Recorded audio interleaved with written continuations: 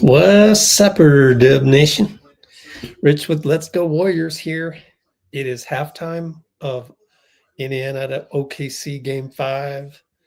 And but what we're going to do is catch you up on Warriors stuff, primarily with the trade market type of, news and information, and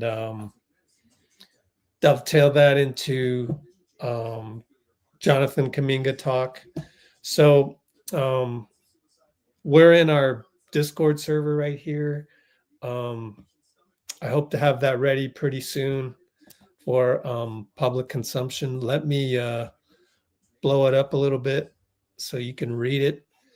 But if we just jump right into things, well, before we jump right into things, let me tell you what we're about. Let's show comments on stage. They're not trading Jaren Jackson, so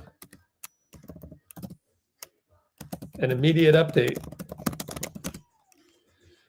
Memphis isn't trading JJJ. It's too bad I don't have the Discord server ready for public consumption yet, because that's one of the things that was reported. So I really do think that this Discord server, when it goes live pretty soon, you guys got to come back to the next live stream, which will be tomorrow with the Valkyries. We're always on for Valkyries, and then Game 6 of the finals. But let's catch up.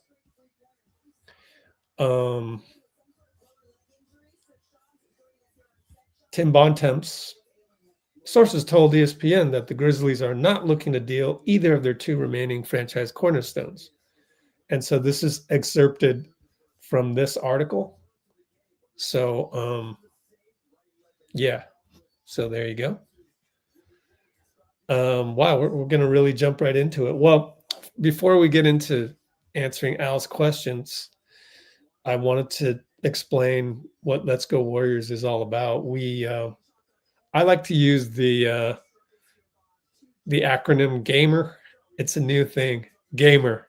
So G is for gratitude, A is for appreciation, M I stole from Steve Kerr, mindfulness, E is for empathy, and R is for respect. So we show you the behind the scenes of the Warriors. And in doing so, reconnect you to the human side of DubNation, of Warriors culture. We'll call it DubNation culture. So that's kind of a new thing that I've been really thinking about to explain what we do here. Everything that I try to do is very, I like to call it OCD journalism. So I want to stick to the facts. I want to stick to logic. I don't want to be overly emotional. I don't want to react and do things as they do on Twitter, because what happens when you just react to everything and you see a Desmond Bane trade and you go, oh, come on, Dunleavy, do something. It's just like, I mean, we used to do that when we were kids, but we're not kids anymore. We're grown-ups, and we're supposed to be a little bit more erudite and emotionally controlled and seeking information and seeking learning. So when you ask me about John Collins, the first thing that you ought to do is, so first of all, we dispelled the notion that JJJ is available based on Tim Bontemps of ESPN. And now I'm keeping notes in the description here. On John Collins, first thing you do is you go to HoopsHype and you look at his salary. So that's step number one. So that's what we're going to do. So let's get out of here. Let's go to a browser. And oh, my screen just blanked out. Hold on. No signal. Let's see.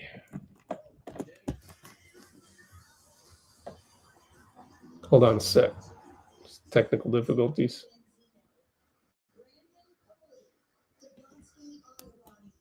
Okay, I got the screen up now. We'll go to HoopsHype. Oh, lost the screen again. Well, you can see it. I can't. Just give me a sec.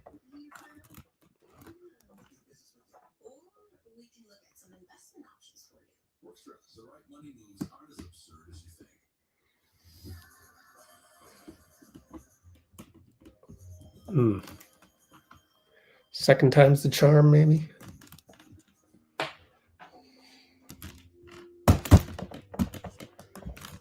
Let's give this screen a little slap.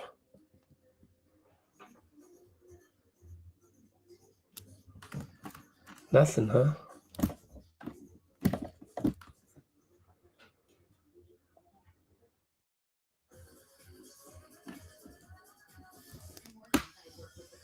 Okay.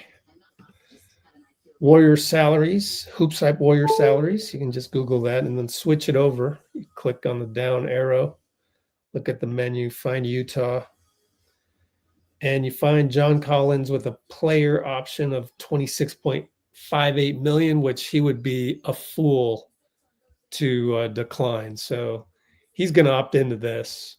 So $26.5 million salary. So what is your proposed trade, Al? What about John Collins? So what is your proposed trade for John Collins?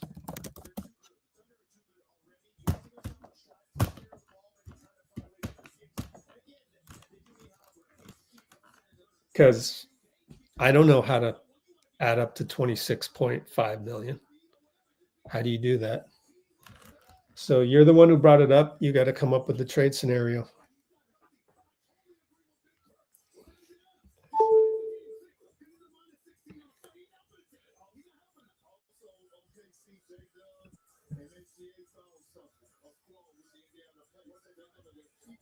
$26.6 million. So let's take a look at the Warriors. How do you add up to within 125%? Who are you trading? Draymond or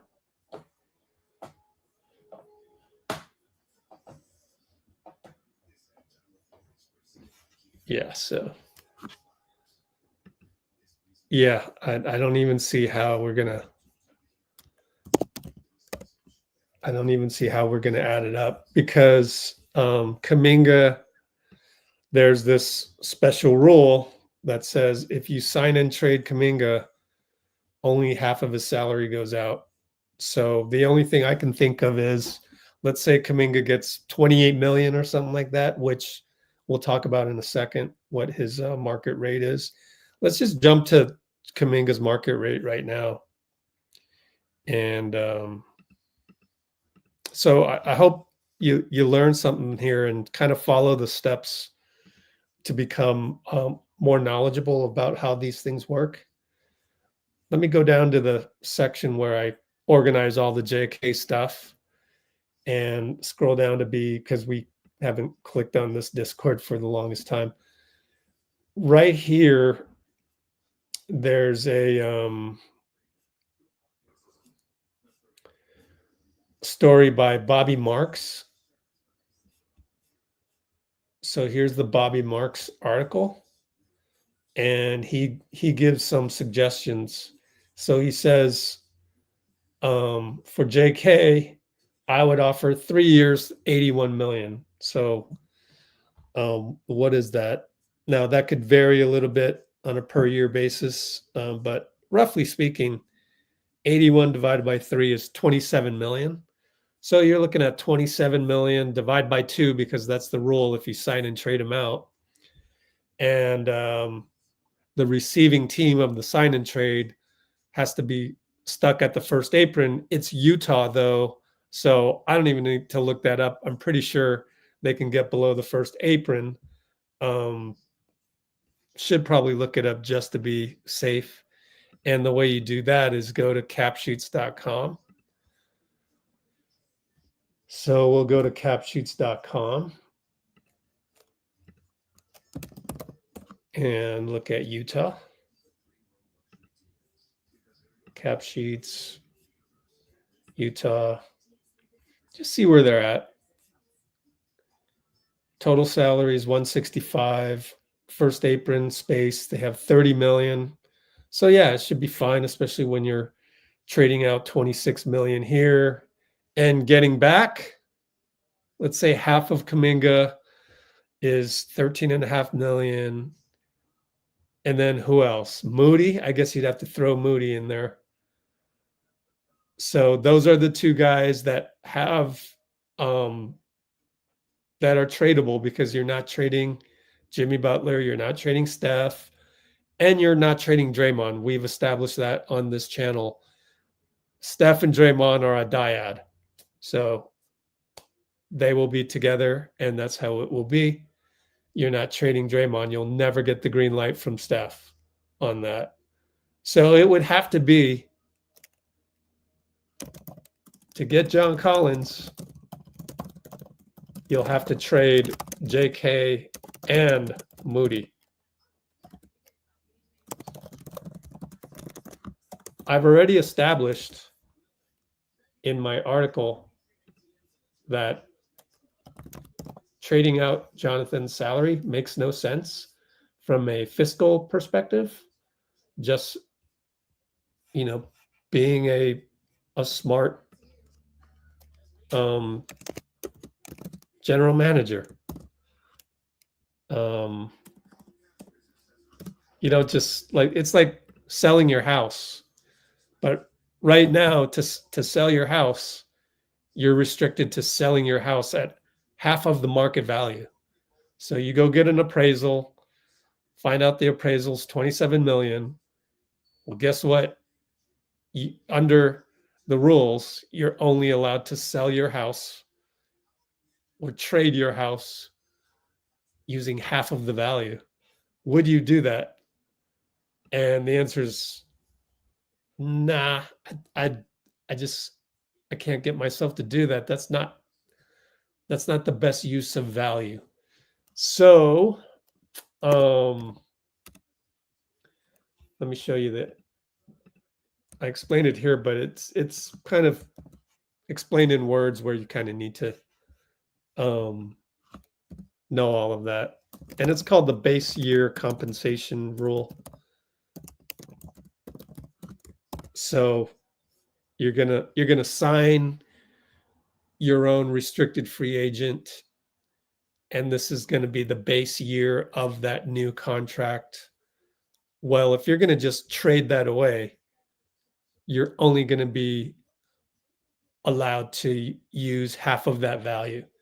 So John Collins is probably not attainable. Hey, look, I got a chat. I wonder what that is. Start your subscriber chat. I don't know what that means. Activity? Oh, cool. Yeah, so those are kind of the issues. And we're just starting the third quarter. So I'll do play-by-play just in case anyone wants to, kind of listen to the game while we're at it. What day is today? Monday. We got an offensive foul on J-Dub in the paint. I was going to criticize Tyrese Haliburton because I was driving back from Santa Cruz, and Tyrese's name was not called hardly at all by Mike Breen. But Tyrese is injured. Oh, and Nesmith throws it away. That's going to be their 11th turnover, 10th. 10 turnovers. How are you going to win a finals game? 10 turnovers right after halftime. But yeah, we'll go back to Kuminga and his actually no, we did that. We showed his market value. JK market value, probably 3 years, 81 million, something like that. Bobby Marks isn't always correct. Meanwhile, SGA got to his spot, jumper, good.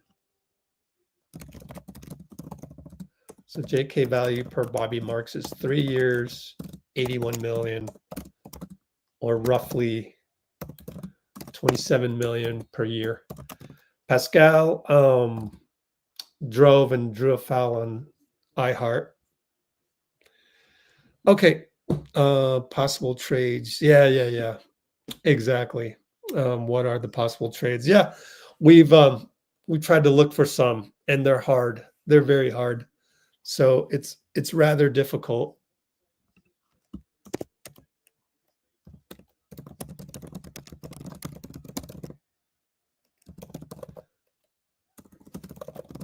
If you're signing JK at like 27 million, then trading him and only allowed to get 13.5 million in value back.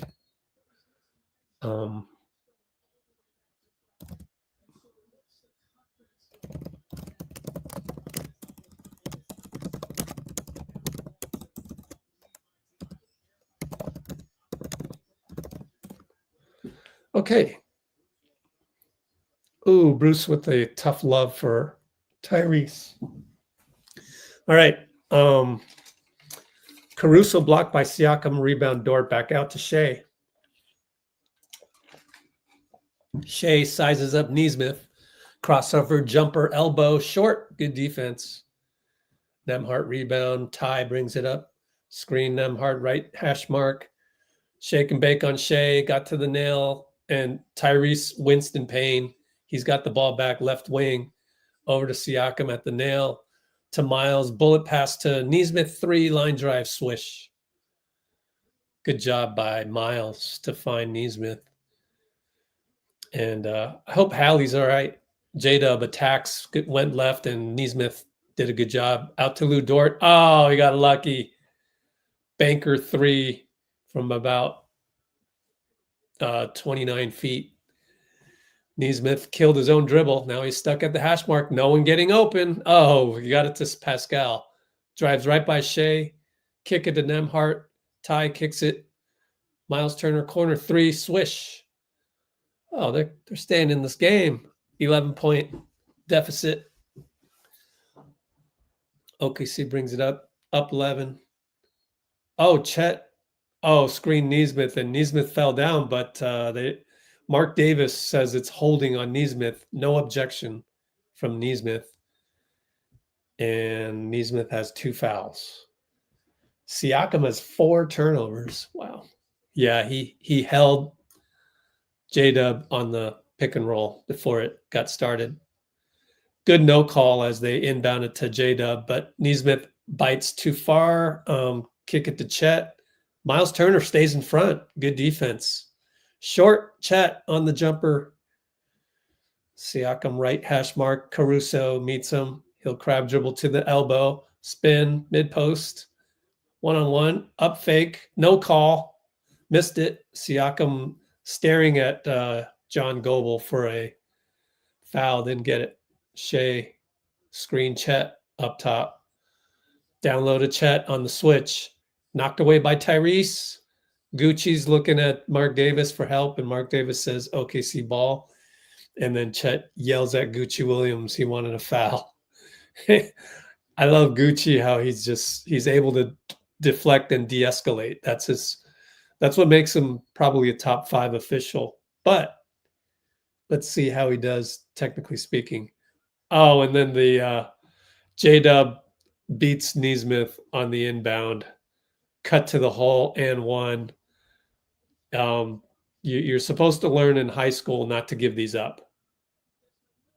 Yeah, that's a great play design, because they're showing the replay. What J-Dub did was he faked the cut as if he was going to go past the screen by Chet, faked it, and went straight to the hole, got beat. you're kind of in no man's land, and you really need the help on a show by whoever's guarding Chet, probably Miles Turner. Ty's going to try to force the action, kick it to Miles, 3-ball, no good. Here we go again. Chet rebound. Every time we look up in OKC, Indiana's down by 13 or 14, in this case, 14. Shea gets to the spot, but missed it. Ty tipped it out right to J-Dub. Neesmith, great hustle. Got the steal. Great hustle. Nembhard. Siakam scores. Timeout, Diagno. And that was just a good cut by Siakam and a no-look pass by Tyrese.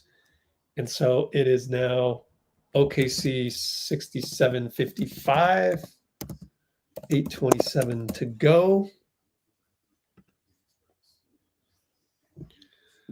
Elijah finished. Oh, congrats, man.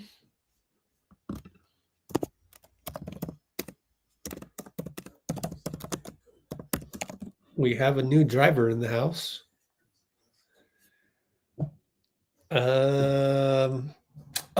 We might as well go to Discord and catch us up on some other news. You want to hear some breaking news? Here's some breaking news.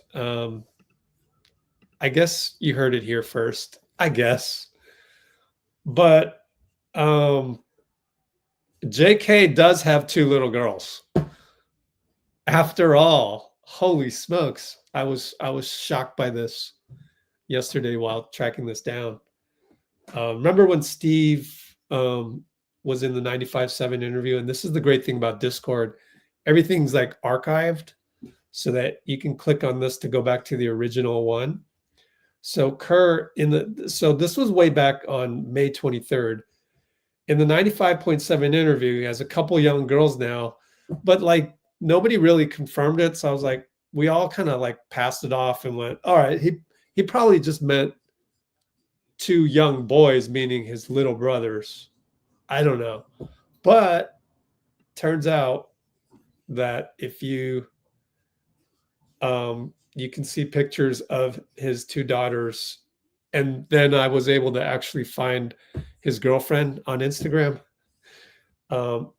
These are his 2 daughters. This is his dad. This was from Father's Day. This is JK's two little girls.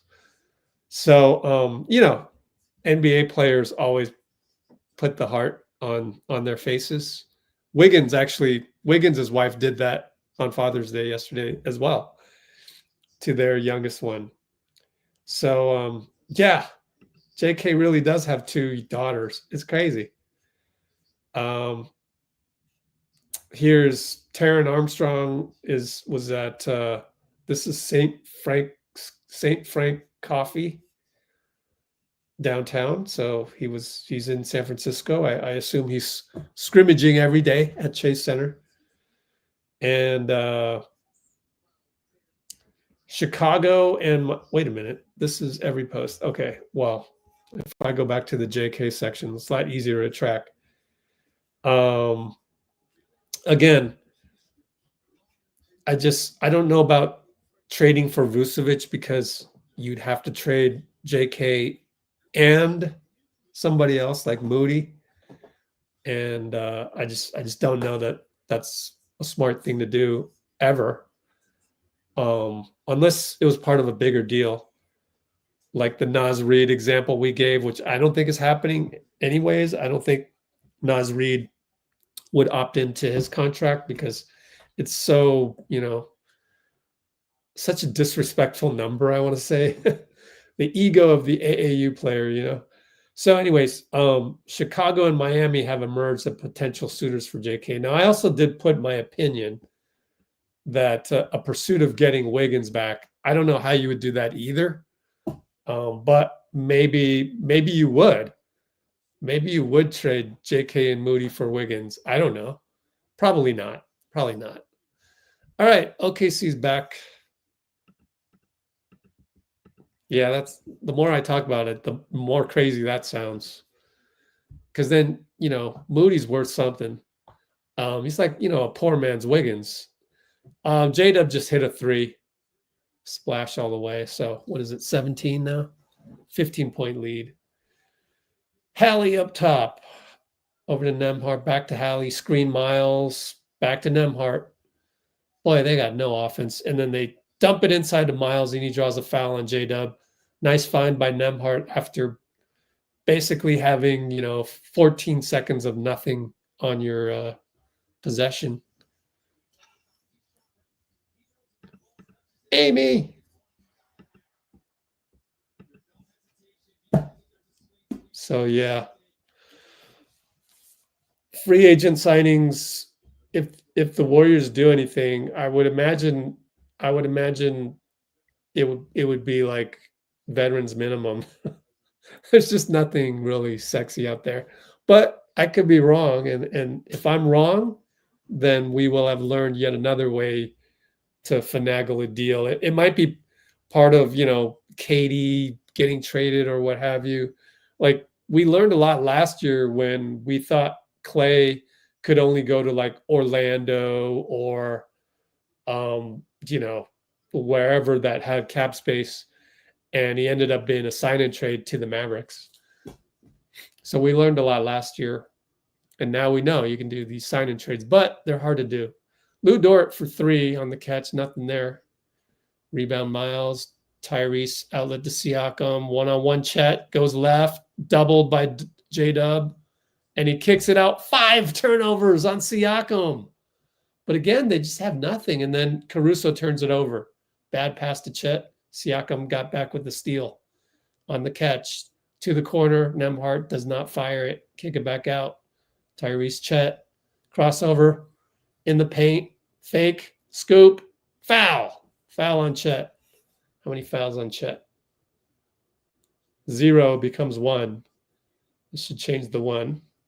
So the NBA website is a tad slow tonight. I've noticed 2 times now that they're very slow, meaning in sync with me. Hey, changed the 1 already. There it is. Finally changed the 1.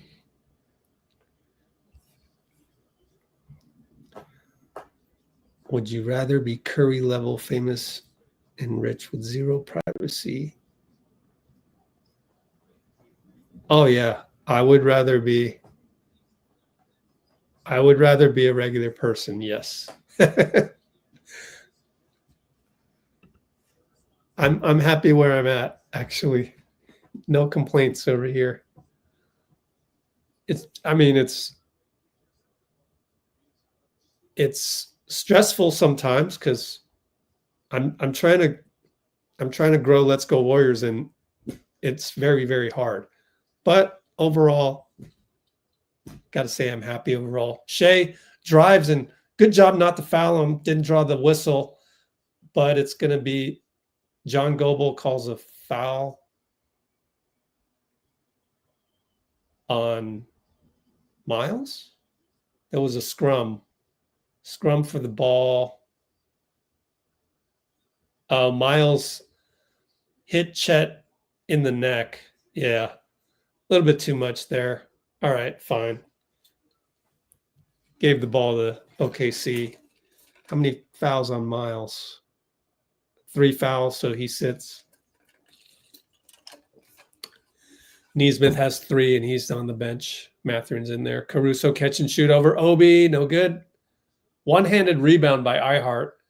Missed it. Late call, Tony Bradley foul. Bradley's wondering what the heck he did there. Tough to come in. You got to be a little bit rusty, I would imagine, if you're Tony Bradley. That's a good no call. They both got hooked up there, but I don't know. Thought that was ticky-tack call, considering ball don't lie, missed the free throw.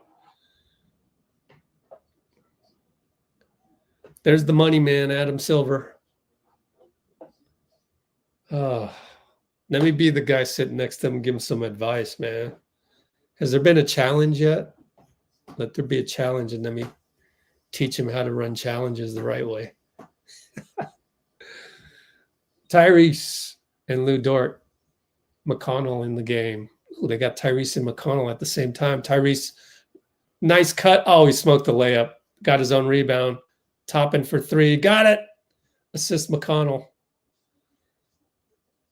Toppin might be their best scorer. Reach in Tyrese. John Goble's going to call a reach in on Tyrese on the J-Dub drive. Wow, ticky-tack. John Goble. I don't like him too much.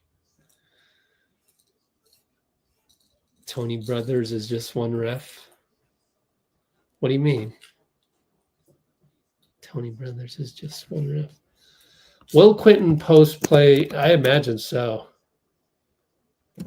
I would be shocked if QP wasn't getting some reps in Summer League. He needs reps. And that it's so clear that he needs reps from the poor performance in the playoffs. So he needs to get his feet wet some more. Only played like 50 total games.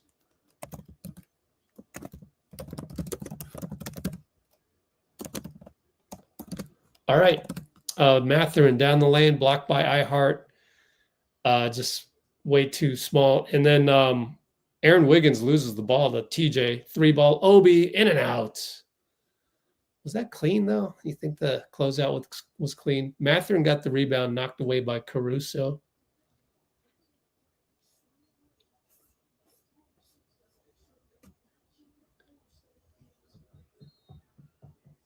Haliburton, yeah, but Haliburton is playing, so. Wow, a lot of contact by Lou Dort, not called. Toppin will shoot a three. Mathurin couldn't grab it all. It was right in his hands. J-Dub gets a screen. iHeart, now he's downhill on Bradley. Good. J-Dub's going to win that battle 8 times out of 10 against Tony Bradley. McConnell, screen Toppin, dribbling around. And Goble's going to call a foul on McConnell after he did a dribble handoff to Tyrese. Carlisle will call timeout and give his guys a round of applause. I don't know if that's to show up the ref or what. I think that's a foul on Lou Dort. They show the replay. Man, maybe you challenge that. Well, there's a timeout. Rick Carlisle. We look up, and sure enough, Indiana's still down by 13.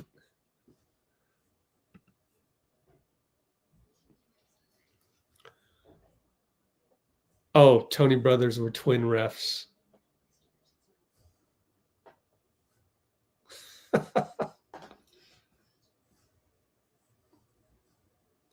And Tony Brothers plummeted in my rankings. You can always tell with Warriors games because they have to deal with Draymond Green. So if you can't handle Draymond Green, I don't know. I think that's the ultimate test of whether you can make it in the NBA as a ref. Can you handle Draymond Green? Just figure out how to diffuse the situation all the time with Draymond, and you're a great ref. And a lot of guys can do that. Gucci can do that. Ed Malloy.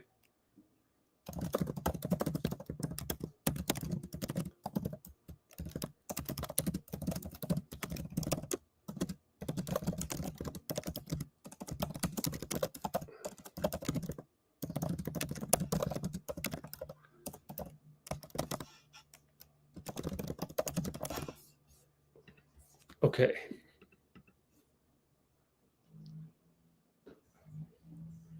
It would be totally a miracle if Indiana wins the title at this point. They've only had one game where they didn't come out in the first quarter behind, and I think that was game 4. Last game, it came out, and it was even. Every game, they're just behind. It's like, let's just automatically put ourselves behind the 8 ball. So basically what I'm saying is OKC is just the better team. it's hard to, for me, always room for the underdog. It's hard to accept, but I've come to accept it. They're just the better team. They just can't. After tip-off, 5 minutes later, sure enough, Indiana's down by 7 or 8, going on 13. And it's just, oh well. No, pods on TikTok Live. Oh, I will have to definitely notify myself of that. Thanks for the heads up. Let me grab my other phone. I was told to not put TikTok on my main phone. I don't even know if I follow him yet. Let's see. Brandon Pajemski. There it is. Users. Oh, yikes. There's a million. Let's see. Users. Is it Brandon Podz 22? Okay, Wiggins floater miss, Obi Toppin rebound. Let's get rid of that. McConnell gets in the paint, fade away good.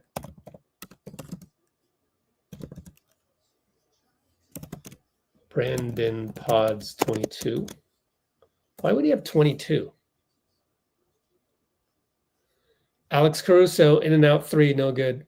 Tyrese rebound over to McConnell left side. Aaron Wiggins backs up. Screen Bryant at the nail, fade away good.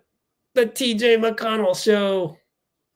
He sneaks around looking to steal that inbound. Caruso brings it up.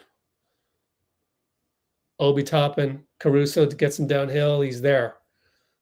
Kills his dribble out to IHeart. Shovel past J-Dub. Switch on to Bradley. Kick it. Aaron Wiggins wide open. TJ's late. Short. Dort taps it out. Caruso reload. No good. TJ rebound. Wow. Make or miss league. They're only down 9.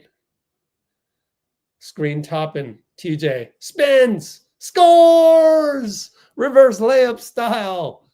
TJ McConnell. TJ McConnell has brought Indiana to within 7. J-Dub downhill. Mathurin. No. Mark Davis says it's a blocking foul, and I think he's right. If I had to guess and not look at a replay. It looked nice the way he recovered to try and get the charge, but I think he was just late overall.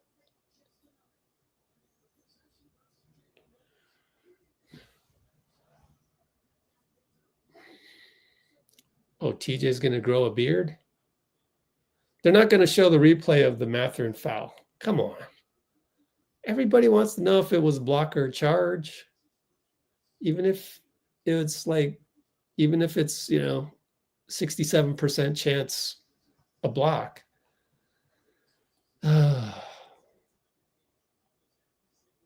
Wish we had more basketball people doing basketball.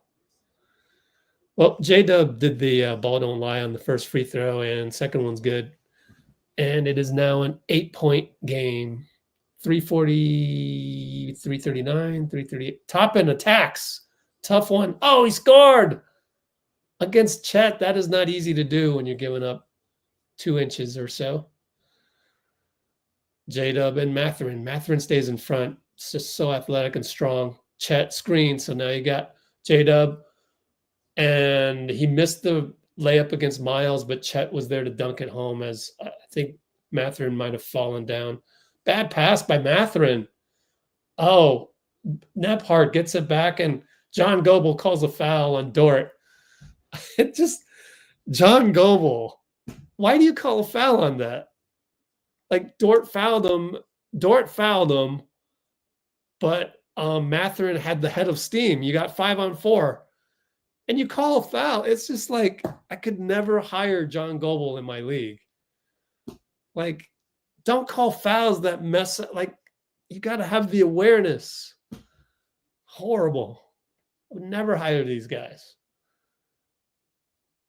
Just you got Mathurin downhill and you called a foul on Dort. Why? McConnell will get a 3. Chet lost his shoe, so it's 4-on-5 as Chet puts his shoe back on. Wow, McConnell has made it a 6-point game. He has scored, 7 or 9 points in the last minute. Shea against Toppin, great matchup. Goes right-handed, gets to a spot. Toppin leaps. Nope, couldn't stop him. Shea got the swish. That was in rhythm. Shea rhythm there. McConnell, what can he do now? To the elbow, kick it. Toppin left side. Says bye-bye, Shea. A lot of grabbing, no call. Toppin to the rim. Should have been an and one. He made it. No call, though. Mathurin got poked in the eye, but he's all right. Shea and Nembhard, double crossover, slips. They're going to cause a jump ball. And you hope it's Nembhard because McConnell, there's no chance in heck McConnell will ever win this tip against Shea, but probably neither will Nembhard. And the McConnell 3 is actually a 2. His foot is on the line. So subtract a point. Unless they already did. I don't know. Wow, TJ with the, he's sunburnt. Getting some of that OKC sun. Didn't know there was. Yep, it's going to be Shea against McConnell. And McConnell actually won the tip, but it went right to Wiggins. And Shea points at TJ, says, hey, that was an illegal tip. They're going to call a... John Goble called a foul on a jump ball. I've never heard of that. That's horrendous. Just call it an illegal jump. Shea missed the free throw. Ball don't lie. Just give the ball to them. You called a foul. I've never seen that. That literally has never happened in any of my men's leagues, and we played NBA rules, so we did have jump balls. Well, he made the second one. Wow. 7-point game. McConnell to the nail. Attacks again. Oh, missed it. Bounced on the rim twice. He got by Wallace. Couldn't convert. I don't mind it, though, because nobody else got anything. Miles knocks it away from Shea. Didn't protect it. McConnell, 94 feet. Scores against Wallace. TJ McConnell is a... You might want to consider starting him if it gets to game 7. I mean, sheesh. I'm just kidding. Probably have to keep the same. Shea spins. Good defense by McConnell, but Nesmith is late and he absorbs contact. It's a foul. And Shea draws another foul.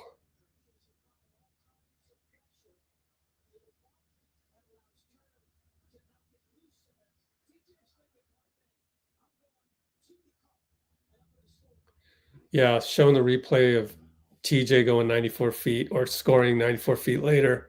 He just does a great job of driving the defender to be under the hoop. And at that point, Wallace is toast. So good job by TJ with the, crafty veteran move. And Shea hits a free throw.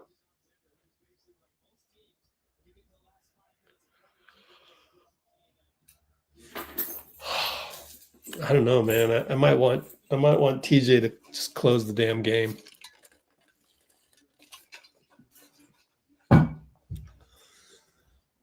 Shea makes the second one, and it's back to 7 points. 123, 122, 121 in the third. Screen by Siakam on Caruso. Back out to Miles. Back out to Nembhard. Back out to TJ. Finds Mathurin on a pin down 3, no good on the curl. Kenrich Williams rebound. Shea will bring it up on Nembhard. 1 minute now. Dribble. Wiggins with the flare screen. Now it's McConnell on Shea. Gets to the nail. Nembhard shows. And Wiggins draws Nembhard away. Fadeaway Shea. Easy bucket over TJ. Too small. So that's the price you pay, you know, when you get TJ in there.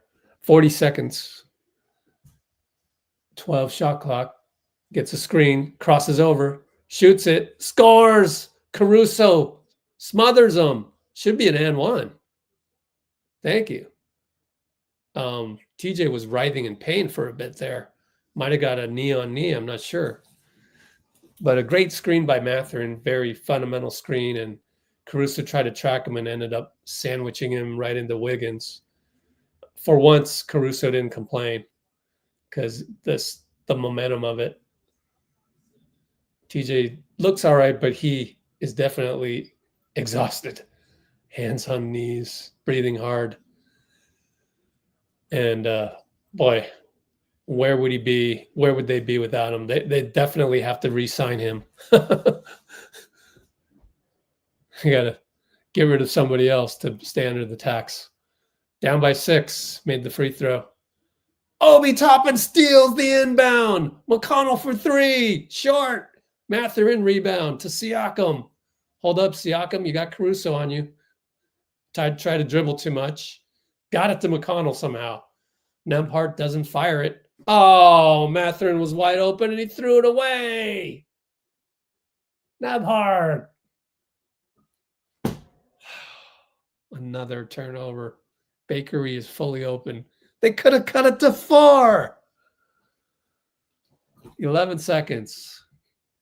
J-Dub. Shea screen. J-Dub. Turn corner on Aaron. Shoots it. It's good. Banker is too tall. 6'8". 3.2 seconds. Mathurin. Half court. Blocked by Shea. So should have been down by 4. They're down by 8.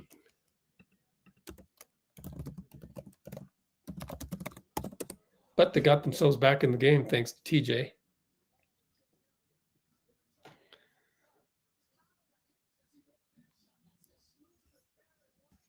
Oh, gosh. Podz at some Valkyrie games, yeah. He says he'll be there Thursday.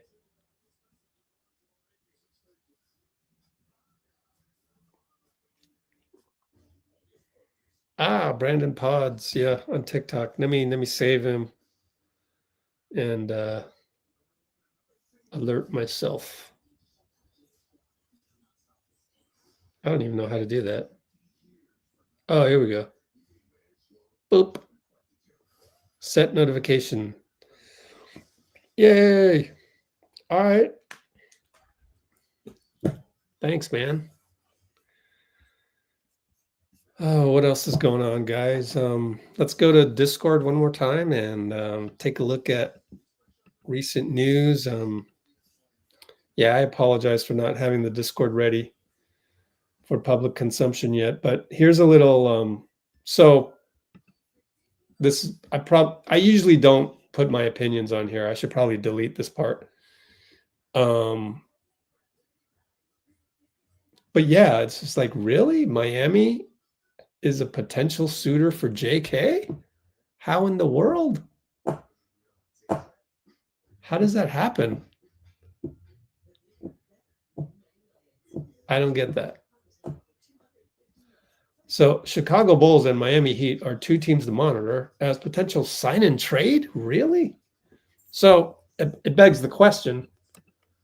I don't think any of us would, but would you, based on the Scotto report, would you trade JK for Wiggs? Actually, it would require Moody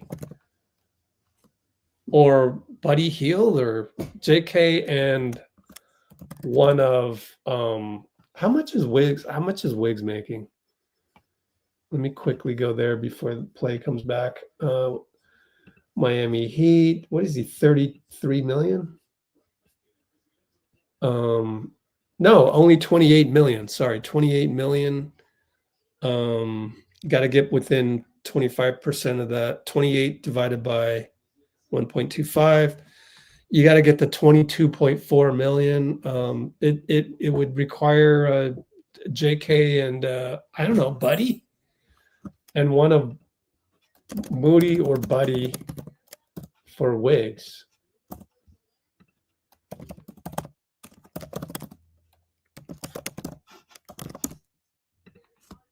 So I just don't know what to think of this report. So this is a weird one. Warriors have not ruled out the possibility, because I told you why. The base year compensation rule. It would be kind of nuts to do that. Miami has prioritized pursuits of Giannis if he became available. I don't think he's becoming available because he would have made it known already. And Durant. So, and then there's now reports of Miami not having the assets necessary for the deal to get KD or whatever. I don't know. We'll see how that pans out. Pascal, 3-ball corner, good. Swish. Is that another assist by TJ? Yet another assist by TJ. That's all TJ. It is a 5-point game. First possession of the fourth quarter. Kenrich screen on Shea. Downhill on Mathurin. Scores. Just was at the mercy of Shea's longer arms than Mathurin. TJ gets a screen, attacks Kenrich, and he travels. He did a little bunny hop.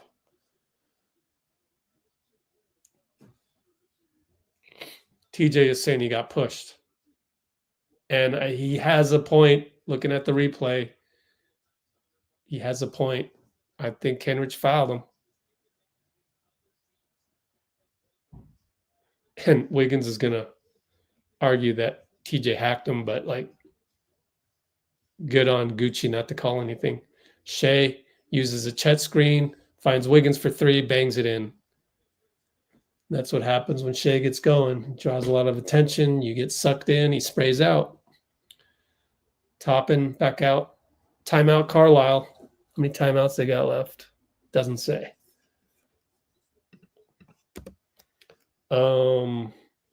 OKC back up 10. Just like that.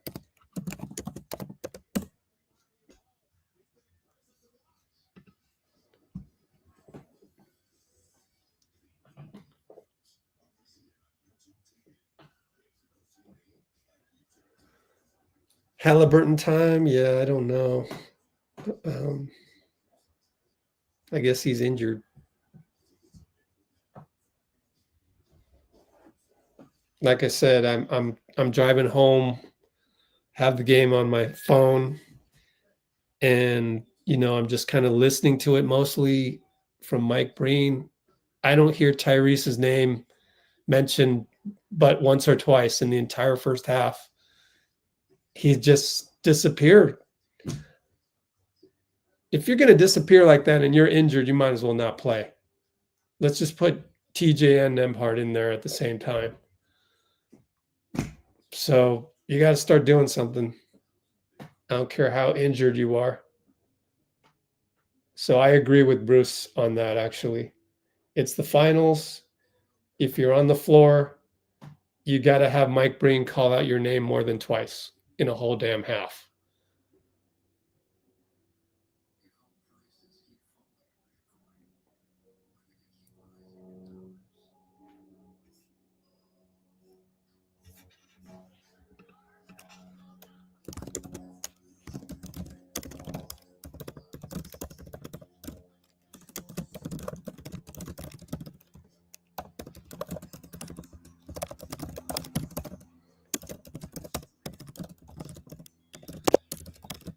Okay, what else came through on the wires? Let's see.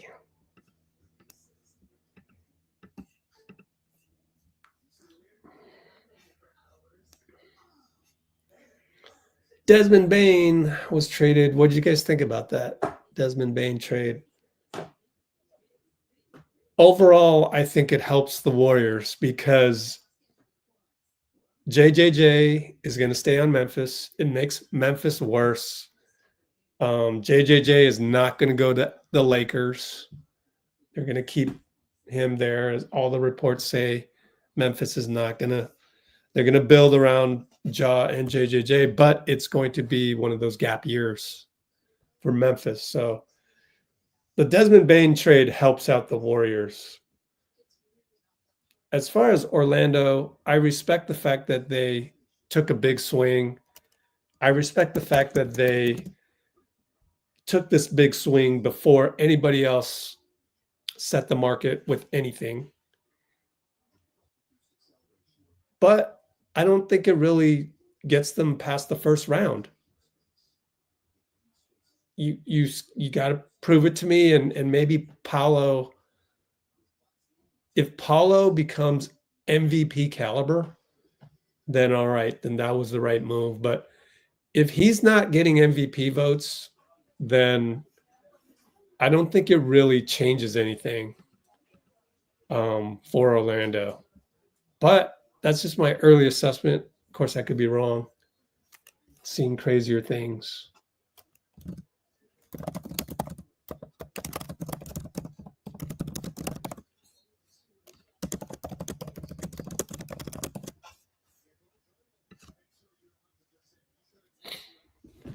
Well, Tyrese, you still got 11 minutes to show me something and turn the pendulum the other way. Obi Toppin up top to Siakam and Kenrich. Oh, burn him. You got to burn him, Pascal. He's trying to take him, and he does, and he scores. There you go.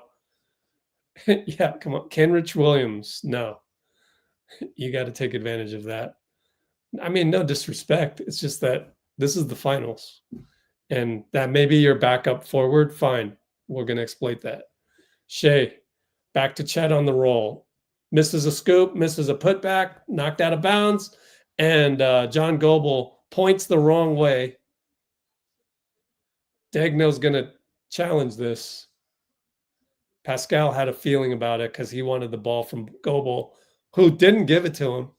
So we got another timeout here.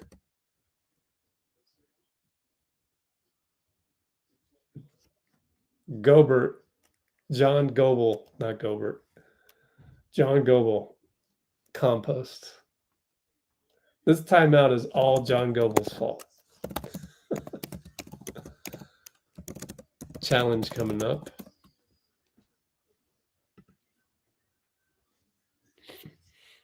Well, that's exactly the type of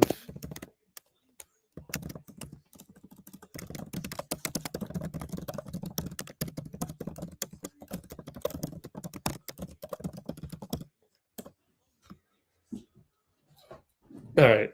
So let me address this.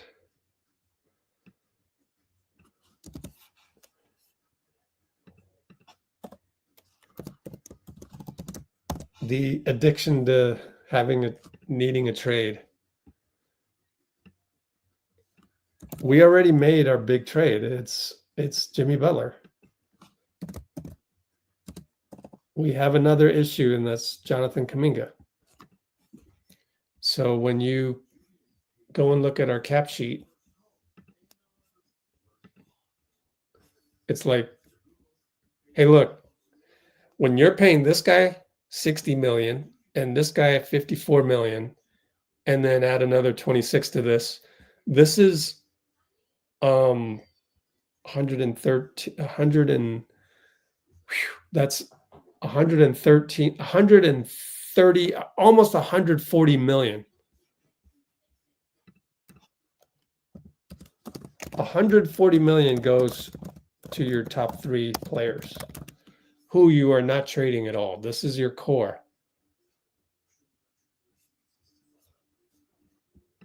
It's better to go to cap sheets. Warriors cap sheet. And then you have this guy and this guy, this guy, this guy, this guy, and that guy, and Jonathan Kuminga. And it's like, right now, we are, first of all, way over the cap, which means we can't get any free agents. So you could get a taxpayer mid-level exception for $6 million. So who are you getting out there for $6 million? It doesn't float my boat that much. So salary cap is 154. We're way past that. We're at 259. but total salaries. Oh, wait a minute. We're at 170, 171. My fault, because this is something else. This is, you got to count Kuminga in there. We got 171 million out in salaries. We only have 25 million under the first apron, and we need to sign JK. Otherwise, you don't want to lose him for nothing to, the Nets or something. So once JK signed for 20-ish million, we're barely under the first apron. There's not anything to give anybody. Siakam steals it and dunks it the other way. Wow. The Pacers always find a way to surprise you. That's craziness, man. That's craziness. Dagno's got to be like, come on. But he never shows any emotion, which is good. Aaron Wiggins downhill on Siakam. Blocked. Oh, they're going to call a foul. Foul called by Mark Davis.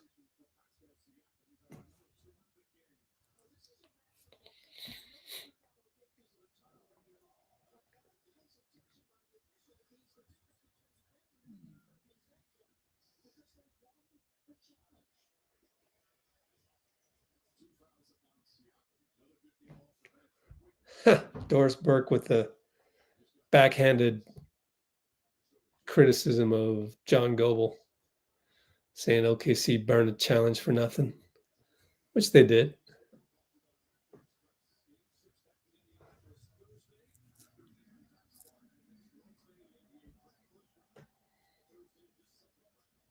Aaron Wiggins hits a free throw, so we're not going to be able to see the Pascal foul. I don't even know that he fouled Wiggins. Bucket good. So Indiana back down by 8. That's the thing, though, is Indiana's had so many comebacks. If they just get it to 7 or 6, then you might get a deer in the headlights reaction. Inside pass. Oh, nice pass by Tyrese. Tony Bradley didn't blow it. He finished. Good on you, Tony Bradley, who has barely played. Shea downhill. Blocked by Siakam. It goes right to Wiggins for 3. Missed it. Siakam again, rebound. Siakam really has come alive here in the fourth. He crosses over Banker. Foul. J-Dub. John Goble calls the foul on J-Dub. Pretty ticky-tack. But Lou Dort was there as well.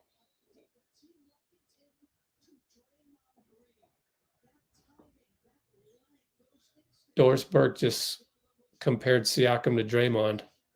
Wow. Draymond got a mention. Well, Siakam's got to hit these free throws. First one's good.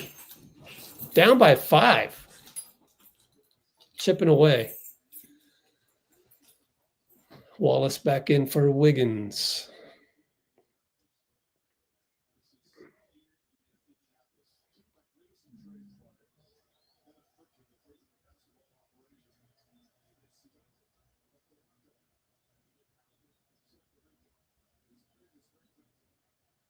Second free throw. Good.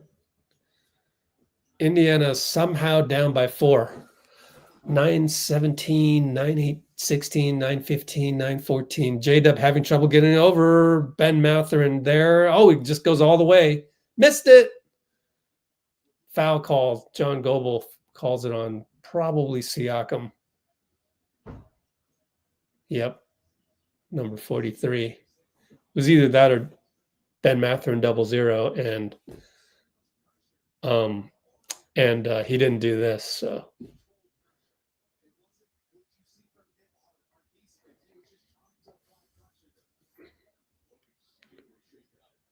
J-Dub has incredible resiliency. He's been knocked around a million times.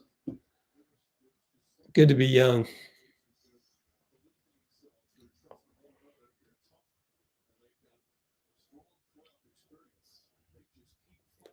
First free throw is good. 5-point game. 9:09 to go. So glad we got a good game tonight. Thank you. Well, still got 9 minutes left. So don't blow it, Pacers, but thank you for not being blown out. And yet, Tyrese has barely had his name called. Oh, he missed the free throw. I heart rebound. Oh, travel. Oh, no. Mark Davis says foul on Tony Bradley.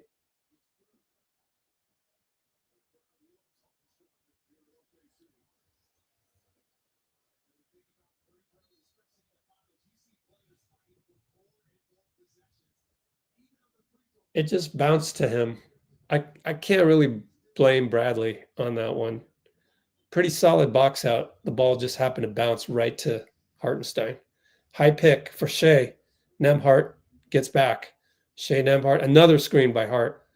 And Bradley, great defense. Nembhard gets back. 3 ball. Shea, no good. Rebound, hot tie. Great defense by Bradley. Man, if Bradley keeps playing like this, hey, you found a little diamond in the rough. Tyrese out to Bradley, back handoff. Bradley was open, but we'll go to Nembhard in the corner, shanked it. Siakam rebound. Gets it back. 3 ball. It's online. It's good. Wow. Siakam playing like a former finals winner. J-Dub and Mathurin stays in front. Good pick and roll defense by Bradley, man. J-Dub down the lane. Missed it. Oh, he missed it. Wallace rebound, though. Goes to Shea. Beats Nembhard. Draws 3 guys. Extra pass. J-Dub 3. It's good. Well, that's good offensive rebounding by iHeart. I got to give him credit. Bradley looking for a handoff. Gets it to Nembhard. You're up open for 3. They didn't take it. And now Nembhard throws it to Wallace. Wallace dunks it the other way. Give me TJ McConnell, man. No, but you need defense on Shea. So I don't know, man. If McConnell could just grow 2 more inches, they'd be fine. But 7-point lead. How many timeouts they got left? I feel like Carlisle's had to burn all of them. We'll find out soon enough as I look at the graphic later. Yep, so far, don't trade JK and Moody for Wiggins. I agree. It's I don't even know where they got the report that Miami is interested in Kuminga. But I don't think you do any trade that involves Kuminga unless it brings back a player that's making even more or similar. And the example we gave was Naz Reid, but I don't think that example will happen. I also did the Lowry Markkanen example, and that one ended up gutting the entire team, including Podziemski, because we had to stay under the second apron to do it. So none of these trade scenarios is very palatable, in my opinion. And we like Moody. He's the next highest salary.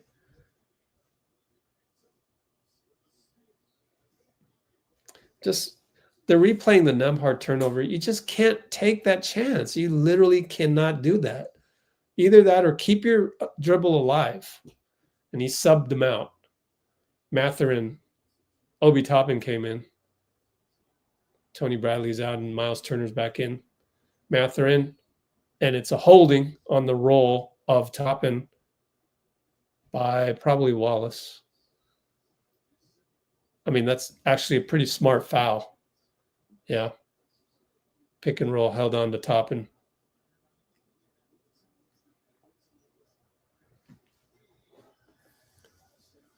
Out to Toppin, handoff Tyrese, right hash mark, blue Dort, draws 2 guys. Mathurin's wide open. He push shot, he smoked it. Miles fights, Miles gets the call. Come on, Ben Mathurin, you got to make those, man. You got to act like you're the man. That was a very unconfident push shot in the lane. Lou Dort foul, maybe. Degno is looking at the Jumbotron, nothing there. Don't know who they called it on, but a lot of contact in there. And good job by Miles Turner to get his hand on the ball. Chet Holmgren's going to sub in, but you don't sub in on the first shot. He's a little eager. So Miles has got to hit these. Look at Caruso politicking with the ref. Swish. Politicking with Gucci. Nembhard back in. IHart's going to yell at John Goble.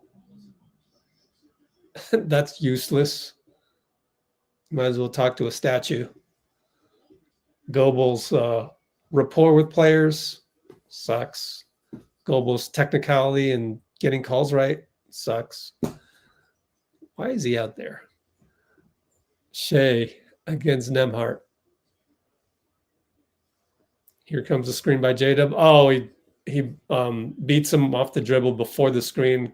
Gets a 3 to Lou Dort. Nembhard bit. Just fooled him completely. Couldn't stay in front. Miles looking for a handoff. Nothing there. Find Tyrese.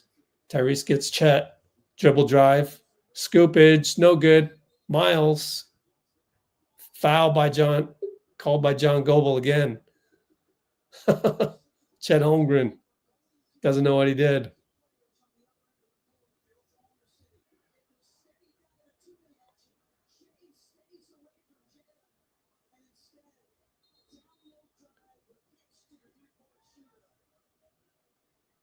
They call it on Chet. Yeah, he was on Miles's arm.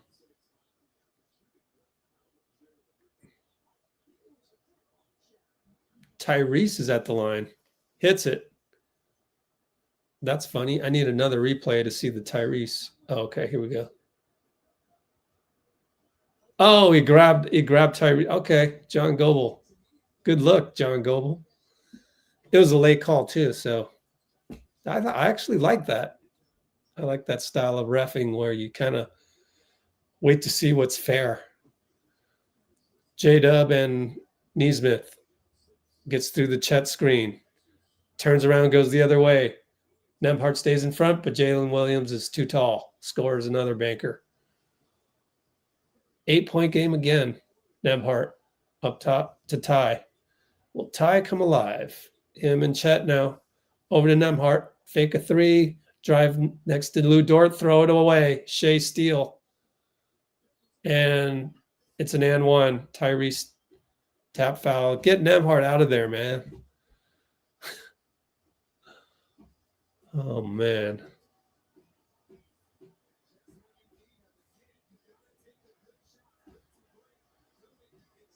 He's not ready for this.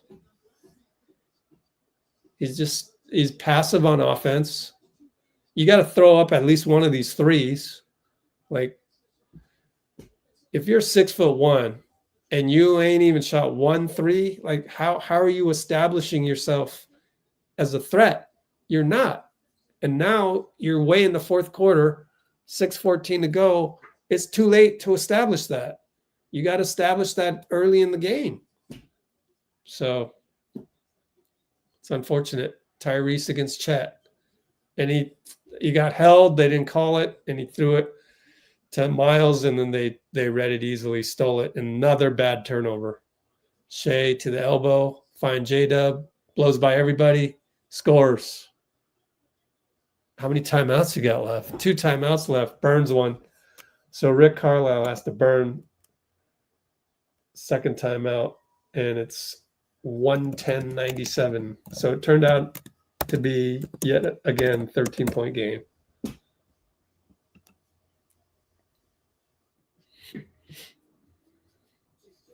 Smelly Mel's in the house.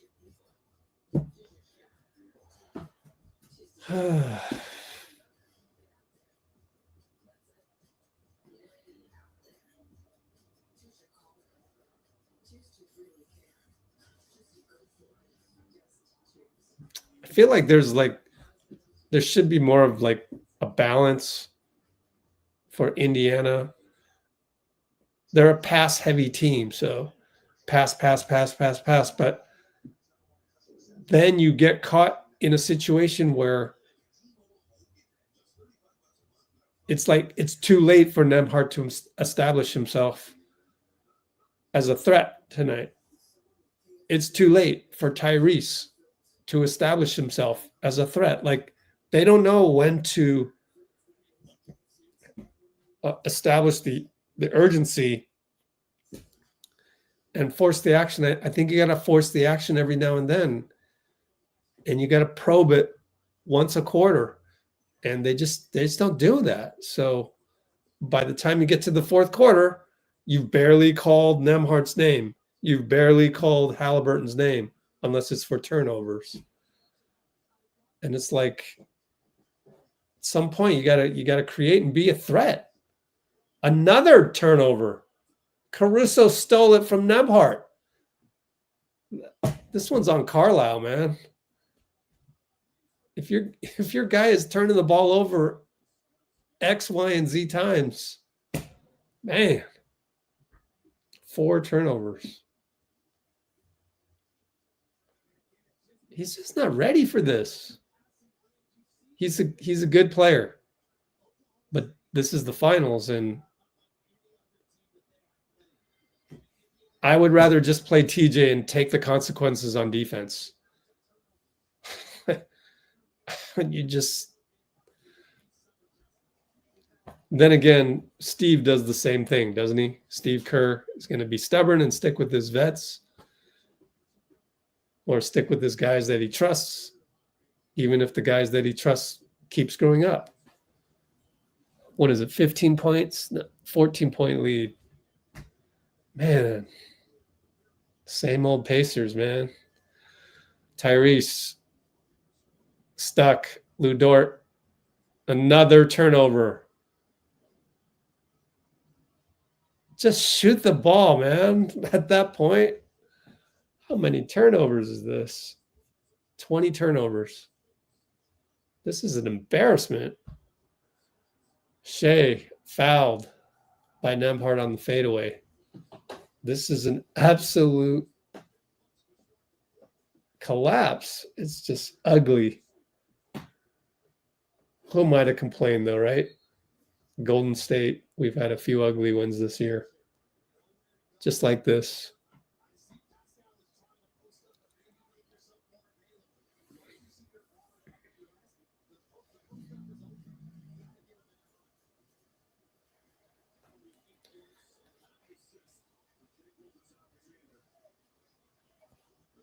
I'm almost rooting for OKC next game, because it's just you cannot reward this type of basketball by Indiana. Like,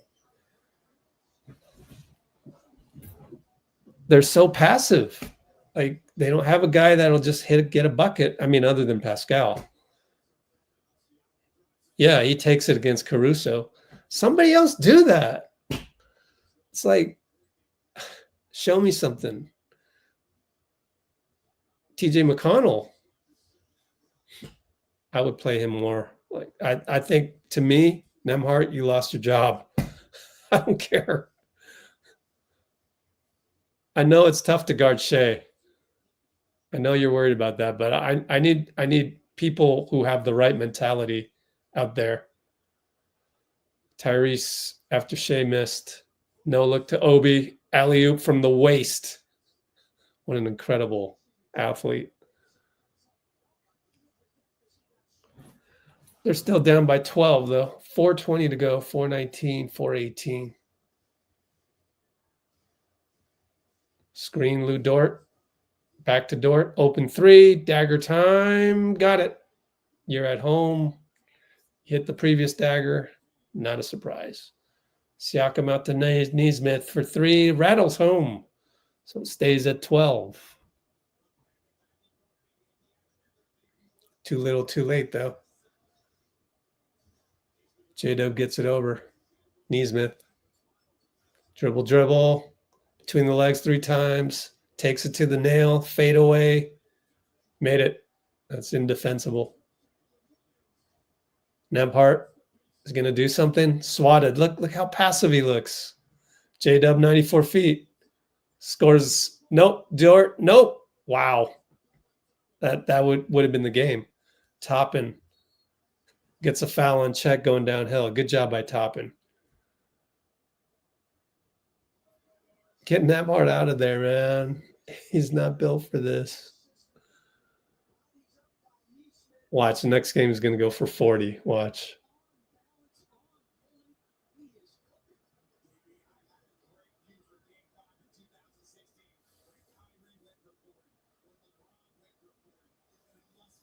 Toppin misses a free throw. They're down 14. Running out of time. 3:23 to go.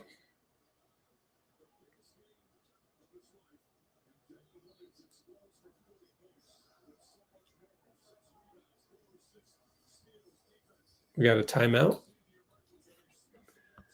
OKC must have took the use it or lose it timeout. They must have 3 timeouts going on 2. 118, 104, Q43, 23.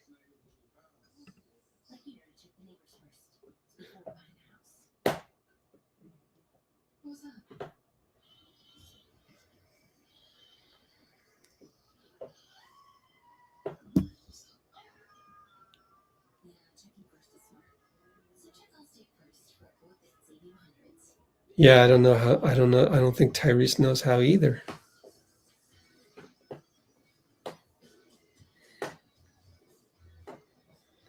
Well, I think in game 3, Tyrese did show some urgency in the first quarter. So I think he's done it before, but overall it feels like he just doesn't. It's not part of his character at all. And I guess your back has to be against the wall or something. That's the only thing, though. The Pacers are they play better with their backs against the wall, so I'll give them that. So we'll see. In that case, I won't totally roll them out, Dean.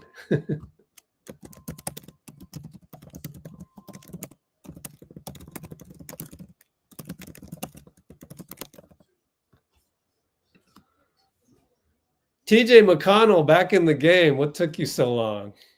Rick. Oh, Rick. You had to wait for Nembhard to get 4 turnovers. Shea against Pascal. Fadeaway 3. In and out. Caruso out hustles McConnell, actually. Lost the dribble, though. Now to Shea. Shea, Pascal. Pascal. Shea beats him. That's an MVP bucket against one of the top defenders in the league. Siakam looking for somebody. Lou Dort shrouds Naismith, so that's great defense. Do something, Ty. Tyrese up top. Can't do anything. Finds Toppin. Fake. Puts up a 3. No good. Oh! Naismith dunked it through. It was an optical illusion, but he actually dunked it through. Amazing dunk by Naismith on the putback. Endorsed book. Burke had to tell Mike Breen what happened. 13-point lead, though. 208, 207. They need to stop here, basically. Go into 2 minutes with 10-point deficit. Here's the dagger. J-Dub. No good. Toppin saves it and almost fell out of bounds. TJ McConnell brings it up. Bye-bye, everybody. Finds Siakam. Can't hold on to it. And fell out of bounds. Mark Davis didn't give him the benefit of the doubt. So TJ should have probably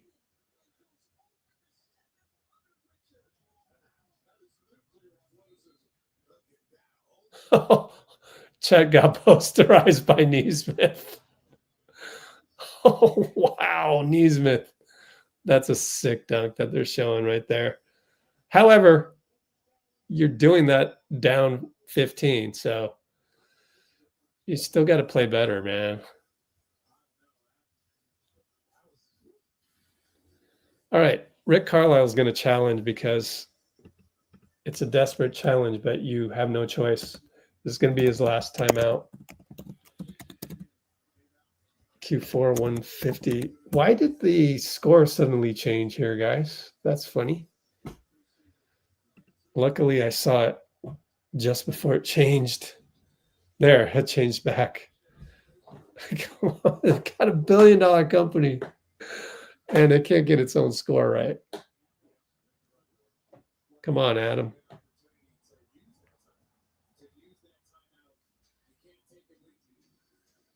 Nope, Pascal's out of bounds. They're going to lose the challenge.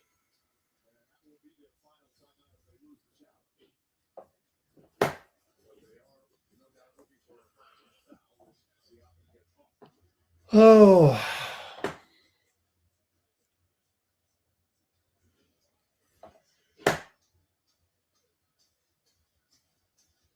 Man, how did Pascal not know that TJ was going to get it to him?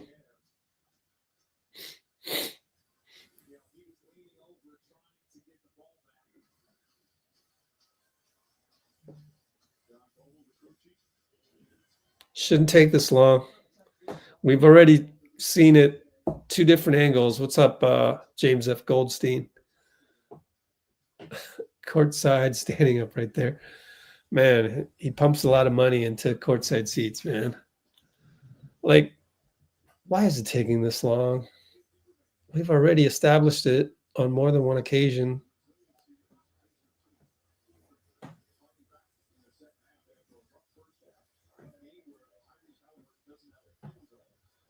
Wow. Tyrese Haliburton, 0 for 6, 4 points.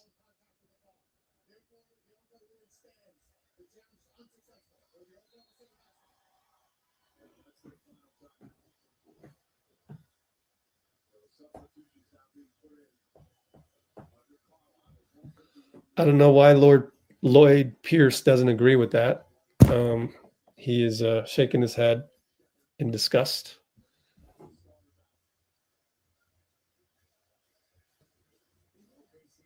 Carlisle has conceded defeat as Tyrese is on the bench. Ben Shepherd now will guard J-Dub. So is Neesmith on the bench. And so is Toppin. You got Furphy in there. J-Dub screened by Shea. That's not a clean screen, but oh well. He gets it back. That's their play when they have a mismatch on Shea. Shea to the nail. Bump, bump. Fade away.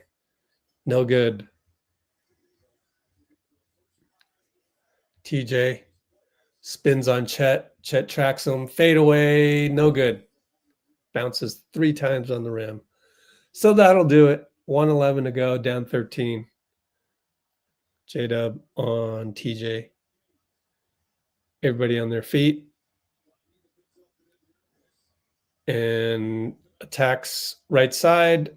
Missed it. Probably would have been a foul if it was any other circumstance. Furphy scores and 1 on Shea 94 feet later. Not bad, Furf.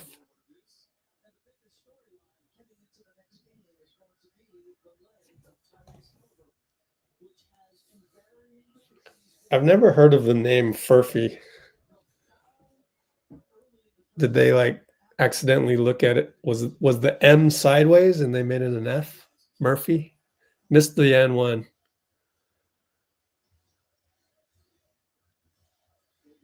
And Shea has 46 seconds.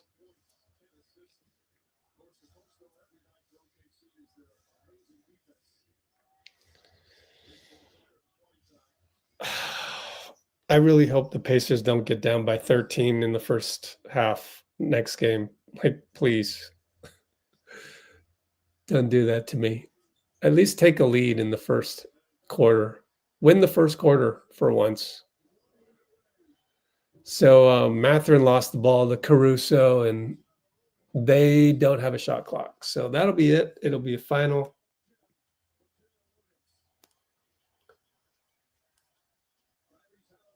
All right.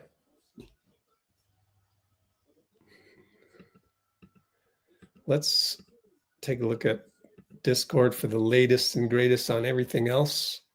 So to close this live stream up, Let's just look at one by one. Let's look at some training camp stuff. Sion James came in June. I think we're going to end up picking Sion James. What do you think?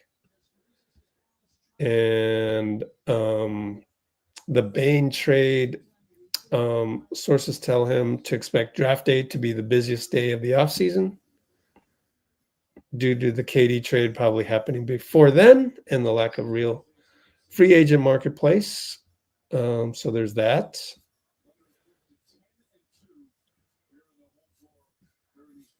What else did we put in here? The theme of the draft workouts has been older age and experience for the Warriors. Next one, let's go look at what we have here for Dunleavy. Oh, this one. Bobby Portis on Run It Back. He seems to confirm that the Warriors have expressed interest in his free agency. He has an impending player option at $13.4 million. How the heck would you trade for Bobby Portis? I guess Moody. I don't know. And then you'd have to get under the first apron. So I don't know how you would do this at $13.4 million. I don't know. But it was something to note, so I put it in there. And then we talked about this one already. And yeah, here's another one.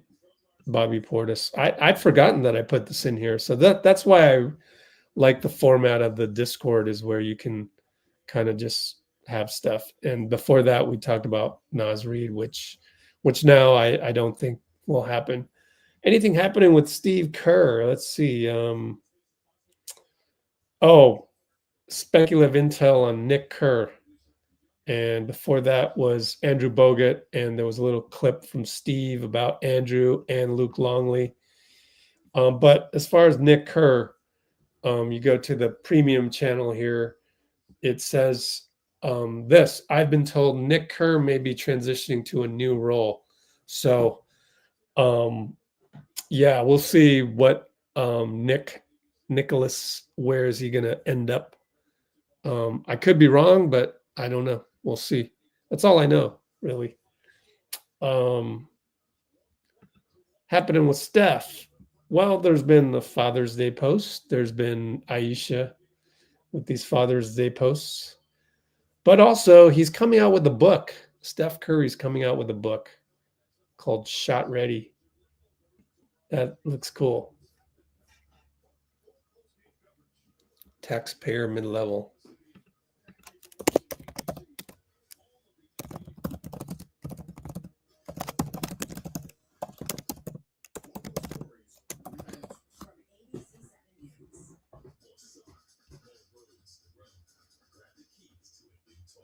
Shivansh.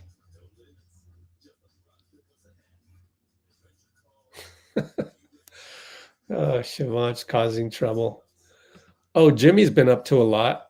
He's currently in LA enjoying the Big Face collaboration with PSG House. They got a whole pop-up that's PSG. So there's some good clips in here. Staying in the moment. Says soccer is way harder than basketball. And don't listen to the negative people. This workout video with Chris Brickley, I think it's old. Jimmy is in LA right now. He's not in New York, where this video in the Summit, New York gym is. So I think it's just a promo video from Chris Brickley out of the blue. And yeah, Katie was there, and Ernie ended up talking about Miami, and yeah, a whole lot of stuff here if you want to follow all these tweets. Ernie called somebody the P word. Hilarious. You're the one deleting tweets, P word, to the hot hoops. SB Nation blog. Hilarious. Yeah, I'll go through these in more detail when I can get you guys access to the Discord, which I really do got to work on. Want to have it by the draft. But yeah, so we've got we've got these, I call them now this is the Golden Gate Bridge. So there's Giants news, Niners news, and Warriors news. I can't help it because it's 95.7. We're getting stuff from 95.7. We're getting stuff from KMBR. We're getting stuff from KCBS. Oh, well. And I'm just sort of giving you a tour of the Discord server that we have. And I have this guy, Ari, in there because he's kind of like Shams, poor man Shams. And let's see what else we got. I still got Andrew Wiggins' wife in here. Maybe I should take her out. That sounds funny. Maybe I should delete her from this channel. I'll get around to it eventually. But hey, Brandon Pajemski's in the studio at ABC. Let's listen in. Start the season, make it this far. See the little things haven't changed. It's been pretty cool. Yeah, you're going to have the opportunity to talk about your buddy Jalen Williams in just a second. But Donald, let's start with this. Yeah. Tyrese Haliburton obviously could not move very well because of that calf injury. I mean, he goes 0 for 6. He scores 4 points. He's the star player of the team. If he gets 4 points, you're not winning that game. You're not winning that game. And if you get 4 points and the rest of the team have 23 turnover, you're definitely not winning that game. So when we look at some stuff, we look at the fast break, we look at the turnovers, and obviously, having one of your best players being injured is not a good recipe for success, Larry. Coach, I know you picked Pacers in 6. Are you sticking with that at this point, or maybe one revision? Now I just got to revise it to 7, I guess. I mean, I have no choice. I can't flip. There's no flip-flopping allowed on this show. Make sure Brandon knows that. He's a Bronco. He knows what the rules are. So, all right. So now your Pacers in 7. Let's get to our Toyota Let's Go Places player of the day because it is Jalen Williams, one of your good friends. In fact, he recruited you at San Antonio, right? Yeah, he did. Once he kind of knew he was, Brandon. Going to be in the draft and solidify himself, as a first-round pick. He reached out with a few of the other teammates that I had at Santa Clara and just really laid it out for me, what it looks like, what the opportunity looks like for me. Well, I'm going to turn that down a little for the background music. But yeah, this is the Pods channel on our Discord. Happy Father's Day. And he was at the Edmonton Oilers game just recently, and so that's Pods for you.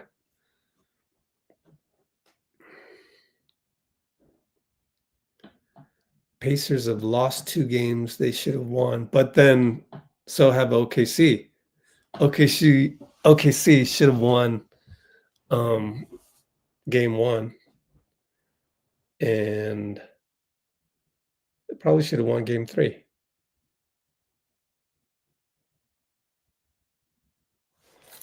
Taxpayer mid-level. Bobby Portis? What? Bobby Portis has a player option for $13 million.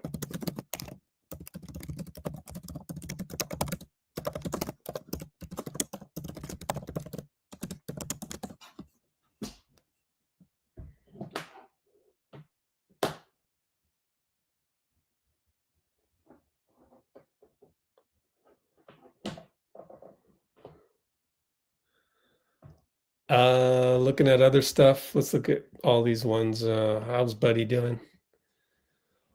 Buddy's in the Bahamas. Played a little dominoes. And he said, turn off the sound there. Watch this. I had to send Lil Man home. Jimmy Butler, you next.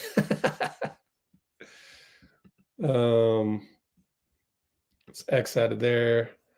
Quinten Post.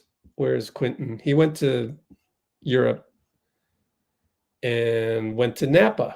So that's what QP's been up to. Went to France. What's up with Draymond? Of course, we've got a lot of Draymond show clips in here, but happy Father's Day. Went to Puerto Vallarta, where that is, with Cash. Moses Moody, his brother, won an Emmy for Warriors TV. And Moses, last time we checked, was in London 3 days ago. Trace Jackson Davis said hello Happy birthday to his dad. Brandon Pajemski's talking.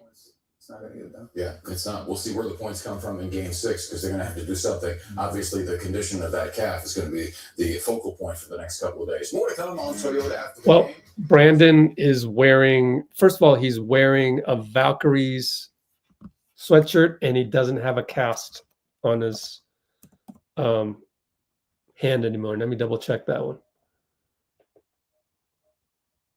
That's right. No cast on his hand. In fact, I'm going to put that in the pods section. So let me write that in. Pods is the guest with Larry Beal and O'Donnell Foyle post-game of ABC 7, post-game NBA Finals Game 5, and he is no longer, of course, we could probably see it in this video. No, his hand is hidden there. He is no longer wearing a cast on his left wrist. Put that in there and put that in here. Oh, so that'll pop up. There we go. Just wrote that in there. And let's check on some other guys. Looney and Dad. Happy Father's Day post on Instagram. Went to Tennessee. Won a stuffed animal for his wife. Got some music there. Gary. Where's Gary? Father's Day post with Gary Payton Sr. And that's about it. Guy's back in Brazil. He went to NBA house in Brazil and even showed up, was interviewed, but I couldn't find the interview. Kevin Knox, who is technically not going to be on the Warriors pretty soon because the new season starts July 1st and he doesn't have a contract yet. But he was with John Davis, and let's take a look at that one. So here's all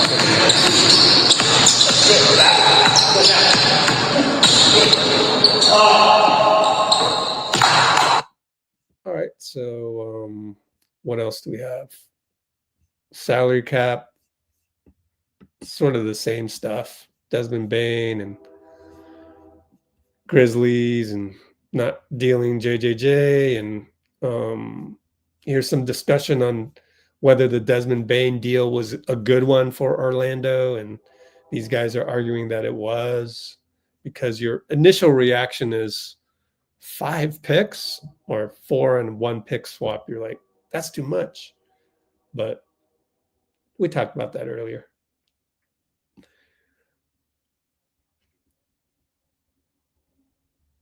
Bobby Marks with a list of free agents. I don't know why it says last odd.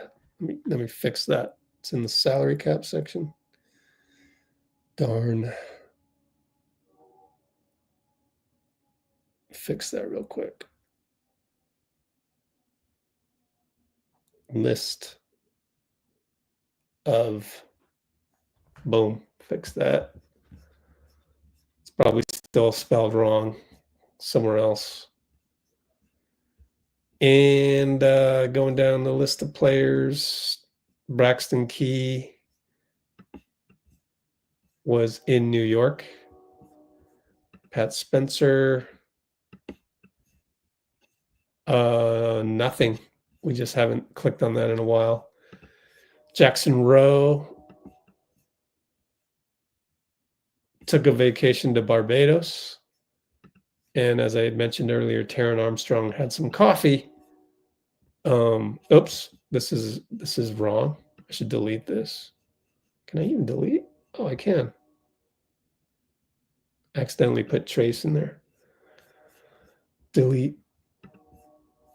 Yeah, so he's in San Francisco. Don't know why the Trace post was in there.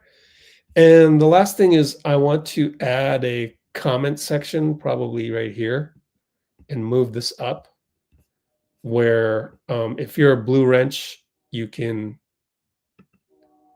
I don't know, one of these, just call it commentary or something. Yeah, it's probably not the right. We'll just add a commentary up here. Let's see, Valkyrie, salary cap, yeah, maybe at the top. Commentary for VIPs. That's what we'll call it. Jerry Larita, what's up?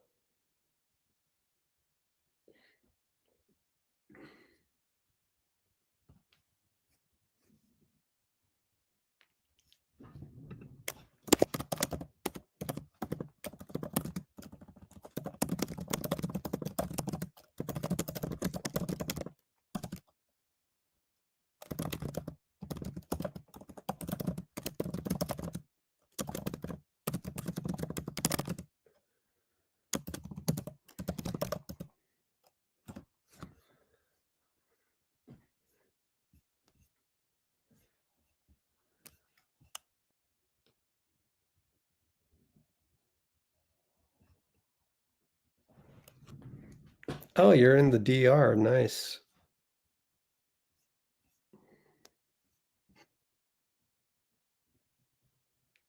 So I guess the next poll really should be in regards to the Bobby Portis discussion. At the 146 mark. Bobby Portis discussion. Would you trade Moody for him? Assuming Portis opts in. Oh, Brandon's showing us something on his phone. And seen him out, and I Hold saw on. what's up to TJ.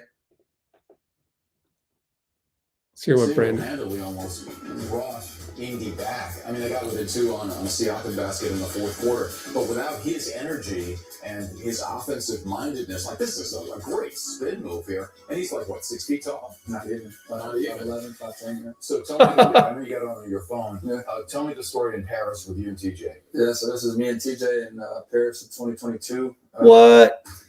Was on a Euro trip with Santa Clara, and seen him out, and I said, what's up to TJ? And he was kind of shocked because no one's ever recognized him in the public because he looks just like a regular dude. And so we had a conversation from there, and just through that conversation. Oh, that's we've cool. talked ever since, and he's gave me advice on how to be a pro, be an NBA player. So a lot of respect for him. So are you going to text him after the show? Or maybe you already texted him. I don't know. I got to text him later. Tell him he did a great job tonight. Okay. Yeah. We'll give you a clip, and so you can send him the video of the show. Oh, cool. Podz bumped into TJ McConnell in what do you say, Paris? Paris in 2022. So they know each other. Interesting.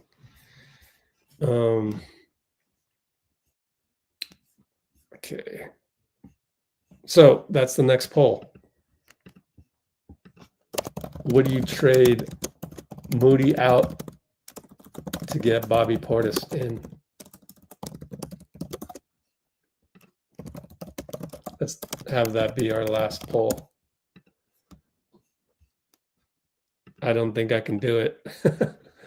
We got to get a wing. Who's our point of attack wing?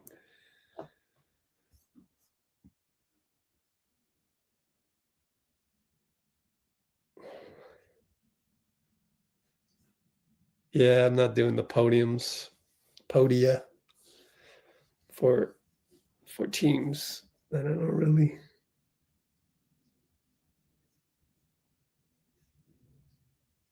Oh, dang, Bruce.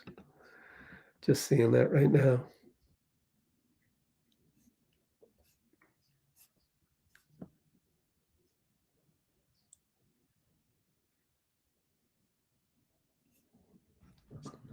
Wow, 60% yes. How many people voted so far? 10? 5 votes. Okay. Wow, you guys really want Bobby Portis that badly. Who's gonna defend the point of attack though? Straight up trade. I don't know. I don't know what you do. I don't know how we can really do much, but I'm sure we'll learn. I think that's the key thing is if there are some trades that happen for the Warriors, if there are some trades for the Warriors, we're going to learn how they pull this off. If it's not some big move to clear out to match salaries,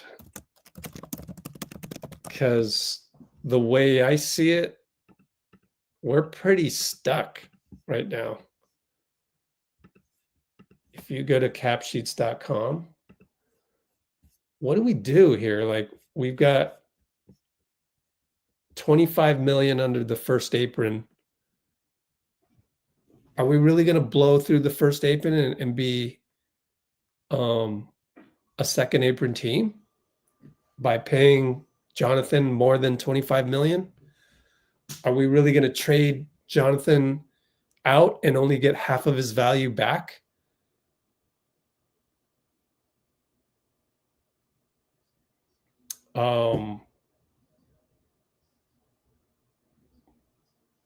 Yeah, we'll see what they have in mind.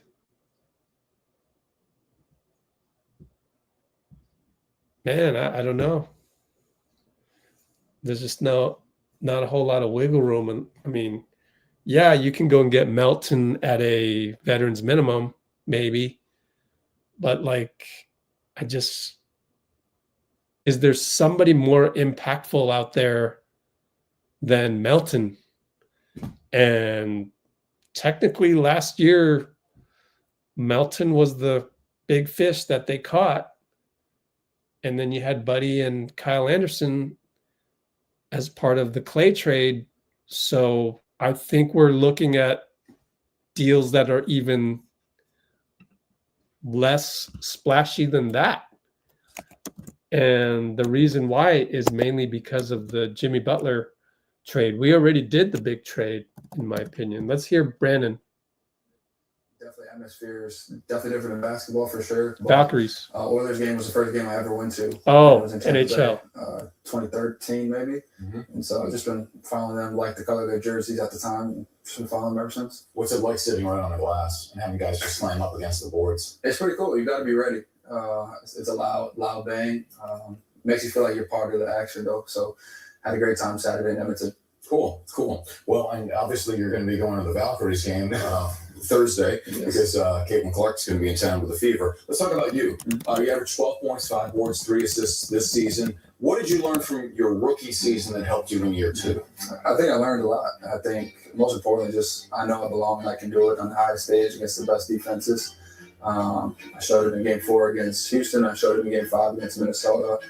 And I think the best part about being in the playoffs and me getting a dozen games was it really shows what you need to work on going into the offseason.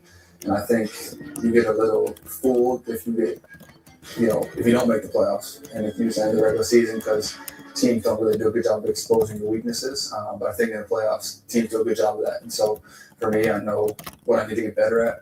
And like I said, I know I can do it now. And even that last game 5 gives me ton of confidence. What is that specifically, if you want to reveal? I don't want to say too much, but being able to create my own shot is probably the biggest thing that comes to mind. I know if I can do that, everything else will, fall in place. All right, speaking of falling in place, with the emphasis on falling, you led the league in drawing charges as a rookie. The number was 38. You might have done it again, but you missed too many games this year.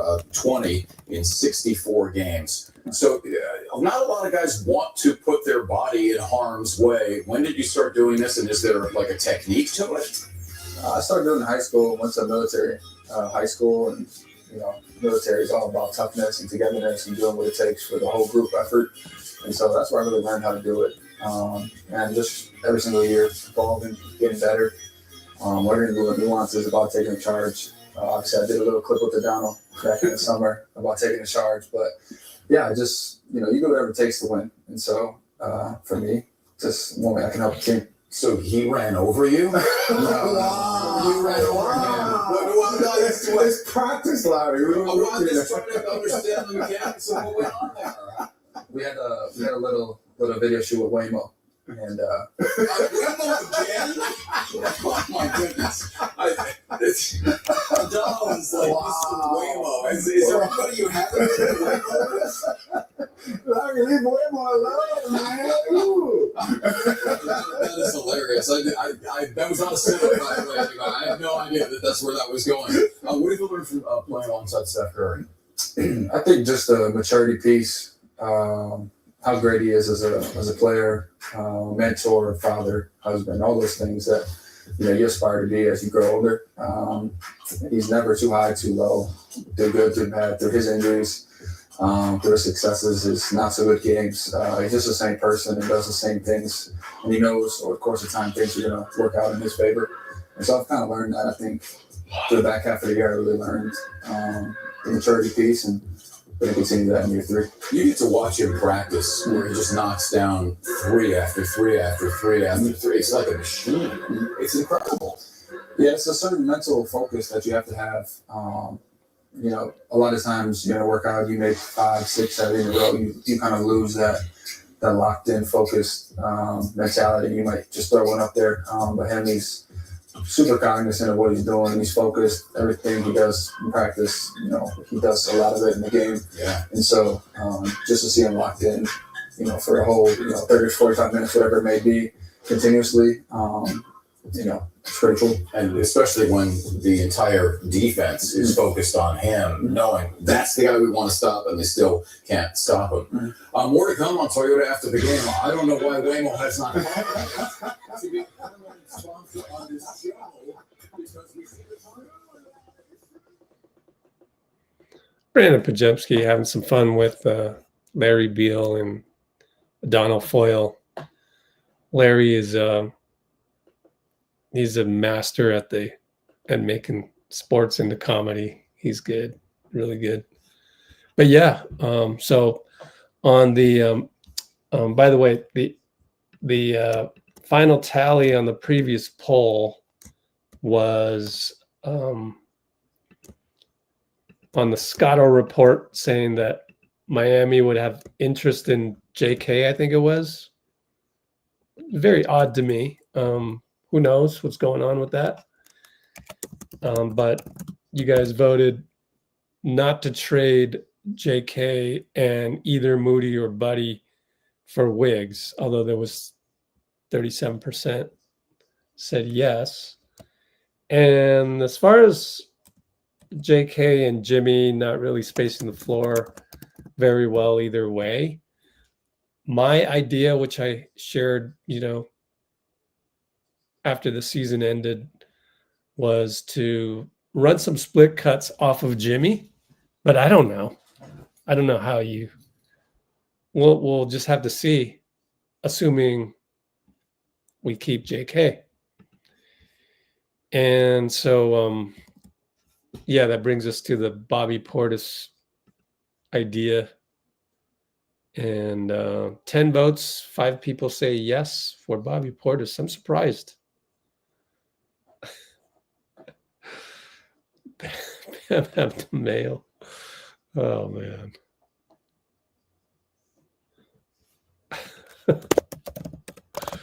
I'm pretty sure we can sign Bam Abdamail for a vet min though.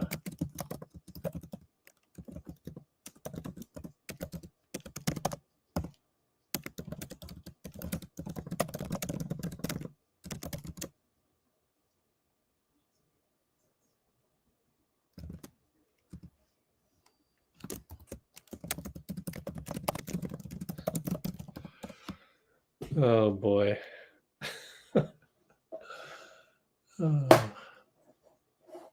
We can go and get Bam Abdamail on a vet min somewhere.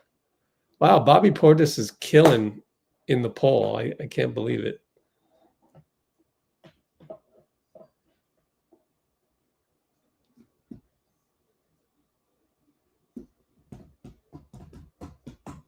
Oh no, we got the Twitch, the obligatory Twitch, which I can't delete for some strange reason.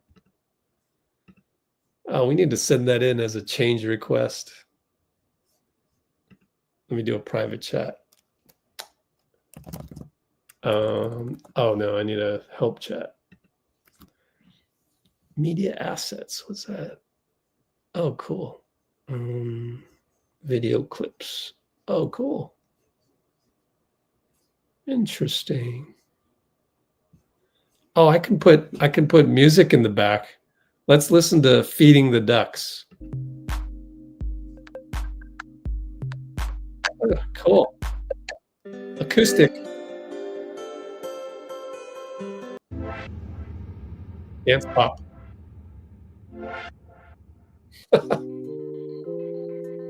Daydreaming. Oh, Brandon's back on. Baseball's a little bit slower, and I wanted to try something to change my skill set, play some more fast, upbeat style, and just found basketball something that I could do always. It was something that inspired my work ethic. I knew I had to grind at it every single day, and I think with baseball, it came a little bit easier than that. It was more of a natural thing, and so basketball kind of changed my life for the better in all facets. Yeah, well, it's kind of worked out. Yeah. Did you throw like 99? Were you one of those guys? No, I could throw my best, probably high 80s, low 90s maybe, but 3-4 pitches can, locate it really anywhere. Yeah, maybe you could throw some pitches to O'Donnell with a Waymo drive, and that would be the best of all worlds, right? Coach, when you see him, he's playing all these sports, doing everything. He's like a coach's dream. Yeah, you want to have guys that are multifaceted and understand where things are coming from. I really appreciate that about Brandon. I'm curious, Brandon, to ask you actually what your offseason is going to look like. Hopefully recover from the injury okay. And how much different is a typical offseason for you, maybe being a part of Golden State Warriors and maybe a common NBA player, obviously playing in the system that's not so common with a guy like Steph Curry. Anything particular in the offseason that you work on that maybe some of the guys don't particularly focus on because of your involvement with Steph and the Warriors? Yeah, I think for me personally, I don't go too much into team things or I need to work on this to fit around this person. I think it's more so that happens in training camp when we kind of figure out what lineups look like, who's playing with who. I've had 2 years playing with Steph now and half a year playing with Jimmy. And so I have a pretty good idea of what I need to do when I'm out there with them. But I think it's just more self-focused. Like I said, playing in those playoffs really taught me what I need to get better at this offseason. And I'm going to do so. Obviously, I'm in rehab right now from the 2 surgeries that I had. I'm going to have a good 8 to 10 weeks of solid time that'll get me ready. Yeah, as Coach referenced, unfortunately, you're leading the Warriors in off-season surgeries. One on your left hand and one on your abs, and you can't train right now. You can just watch games, basically. Right? Yeah, just rehab. Keep in tune with all the Bay Area sports that's going on, and clearly the finals, and just give my support as much as I can. And a summer camp that's coming up with you and Trace Jackson Davis. Going to be hosting a Golden State Sports Academy overnight camp. This is at the Sephora Performance Center in Oakland, where the Valkyries train. All right. I think that's it. I guess Bobby Portis is wanted by the fans, or at least 13 votes here. Wow, you'd really do Moody for Bobby Portis. Wow. And again, the trade idea there is that Milwaukee would want to get off of salary and take a gap year, which I don't think is fair to Giannis, but oh well. What you gonna do? You got a guy making $54 million who's going to be out with an Achilles injury. Nothing you can do about that. And they are at $164 million, which is, actually not too bad considering the situation. And so first apron's $195, get into the tax. Man, they don't even, they can pay Bobby Portis if they wanted to. That's interesting. We're going to have to send pics. I just realized that. My fault. I thought they were wanted to. Actually, that's Dean's fault. Dean said they wanted to get off salary. They don't have salary to get off, Dean. So we end the poll. It's a bad poll. We don't have time because I want to go and rest. Let me put it in the notes. 2 hour 4 mark. So the problem with, I should have checked this earlier. All right, it's my fault. I should have checked the Bucks cap sheet because they are way under the tax. Therefore, they want picks. They want picks. And so we need to do a new poll.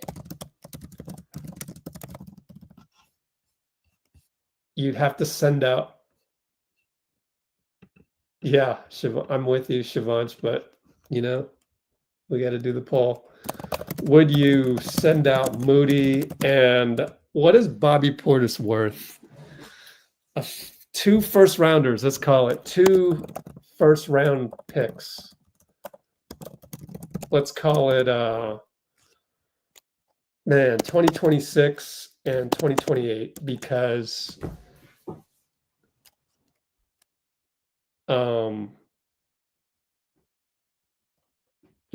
it might cost more than that for Bobby Portis. Let's just call it that.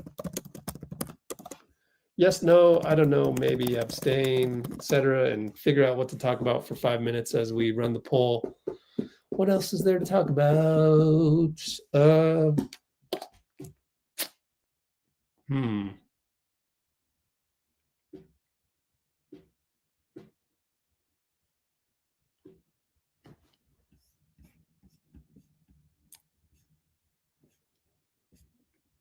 You'd figure a guy making 13 million is only going to demand 2 first rounders from the other team, right? But you got to send out Moody. Maybe we can get somebody back. Probably not. Kevin Porter Jr. Whew. I don't know. There you go. Bag of chips. Definitely not. Yeah, so the prevailing wisdom on picks is that you save them for the big fish. And just like Orlando just did, their big fish happens to be Desmond Bane. So that's where I don't really agree with that. But you're an Eastern Conference team. Boston's going to take a gap year. I respect the home run swing. I respect that part. So, yeah.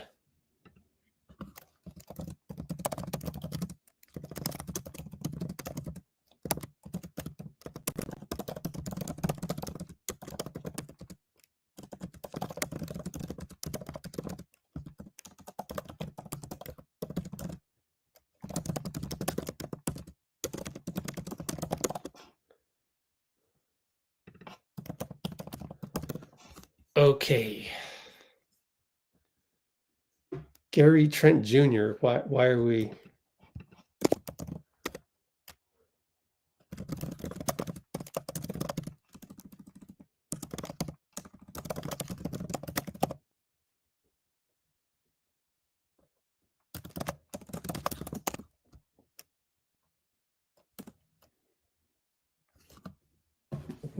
We are Gary Trent Jr. I mean, can we talk about guys that are at least 6'6"? Oh man. Should that be a general rule when you've got a team like us that has a 6'3" GOAT? Oh, Brandon's talking. No, he's not talking.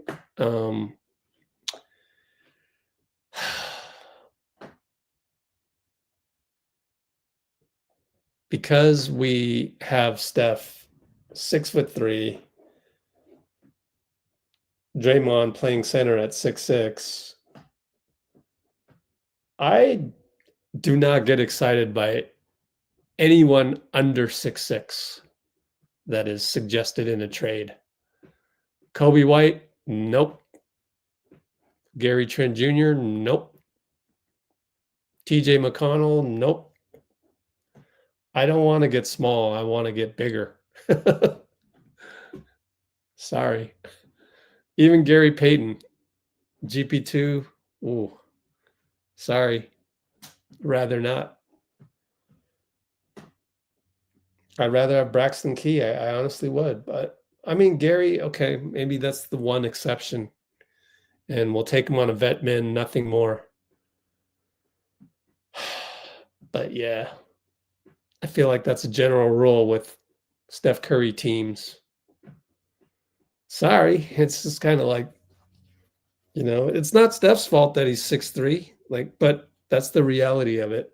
And we already tried the Chris Paul experiment, and that blew up in our faces. So don't want to go through that.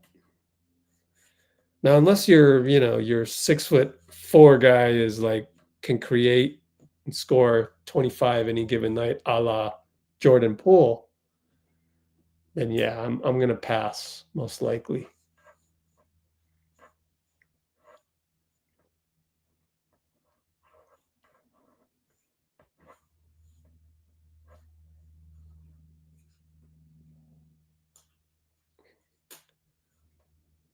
Will be a good starting 2 guard.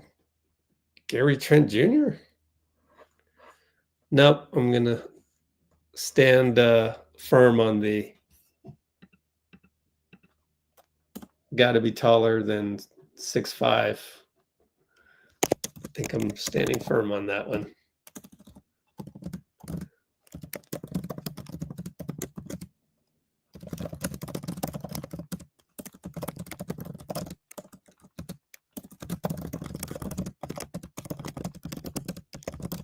Fans are not allowed to get excited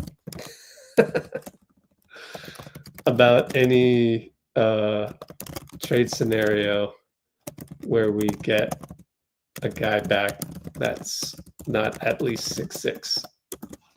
Yeah, I just created a rule. That is the law. Anyway, there's a 3-teamer with San Antonio. No.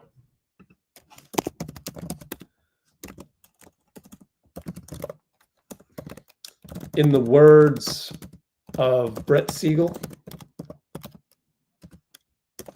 who has solid sources,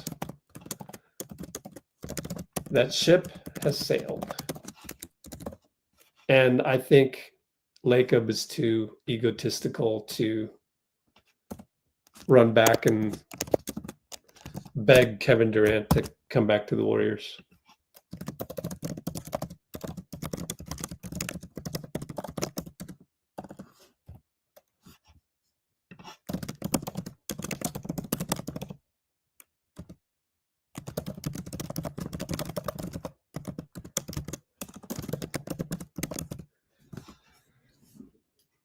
Alrighty, I'm going to turn off my TV because I don't want to watch the news.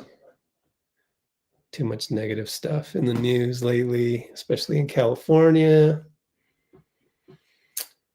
Next live is tomorrow. Wow. Valkyries.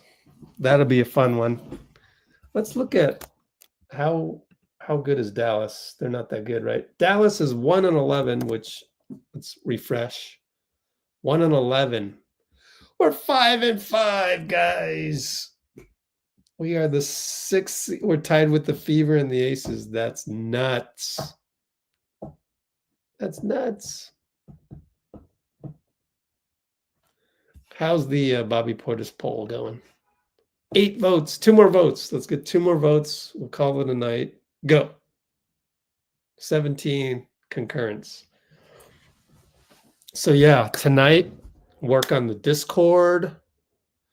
Finally, I owe that to you, but I have a lot of work to be done. Oh, Dean, you're gonna love. Did you see the Don Nelson interview? It is right on our channel. Refresh. What? Probably 500 views or less. 200 views? That's horrific. Let's play the Don Nelson interview because it's really cool. we're going to go down to the part where he references Boston Celtics. See if I can find it. Association and all of our coaches. I'd like to give a special thank you to the NBA for providing us with this really unique platform. Special thank you to Commissioner Silver, Mark Tatum, Mike Bass, Byron Spruell, Michael Levine, Tim Frank, Paul Benedict. I think it's this one. Dan Rube, so many others. Yeah. The question I have for you is, I was around you a lot in the 80s. You're gonna like Milwaukee, this, Dean. and Just for you. your defensive style was a calling card for you then. Later, it became, sort of a trademark that your offense was better known. How would you like those teams in Milwaukee to be remembered? How do you remember them in terms of what they achieved without being able to beat both the Sixers and the Celtics in the same postseason? Well, if you remember, when I coached Milwaukee, I led the league in defense on several years anyway. I don't know how many, but that was our calling card. We had a great defensive team, and we could really defend. Now, I also learned that you had to coach with the talent that you had. When I went to some other teams, like Golden State, for example, we had a really good offensive team, but they couldn't guard anybody. And so it was a chore to figure out exactly what to do. So we've led the team in offense, and we struggled on the defensive end. So the part of a coach's job is to get the most talent out of what you have. So that's what I tried to do. Nelly had coaches so distracted with angst. I mean, one moment you're trying to figure out how you're going to chase around all these guys that could really shoot. The next moment you're trying to figure out how am I going to get the referees to call illegal defenses on all these different defenses that you're seeing out here. And it was maddening. And he made teams uncomfortable for decades. And it was amazing to watch. And now the league is a league of playmakers, largely because of his influence. Well, I have to tell you, Rick, I don't know if you remember this or not, but I was selected by the commissioner at that time to write the rules for the illegal defense. And Cotton Fitzsimmons and I wrote the rules, and it's hard to get Cotton to any sort of a meeting. So it's pretty much up to me to write the rules. So I had a little edge going into a few of the games early anyway on how to defeat my rules.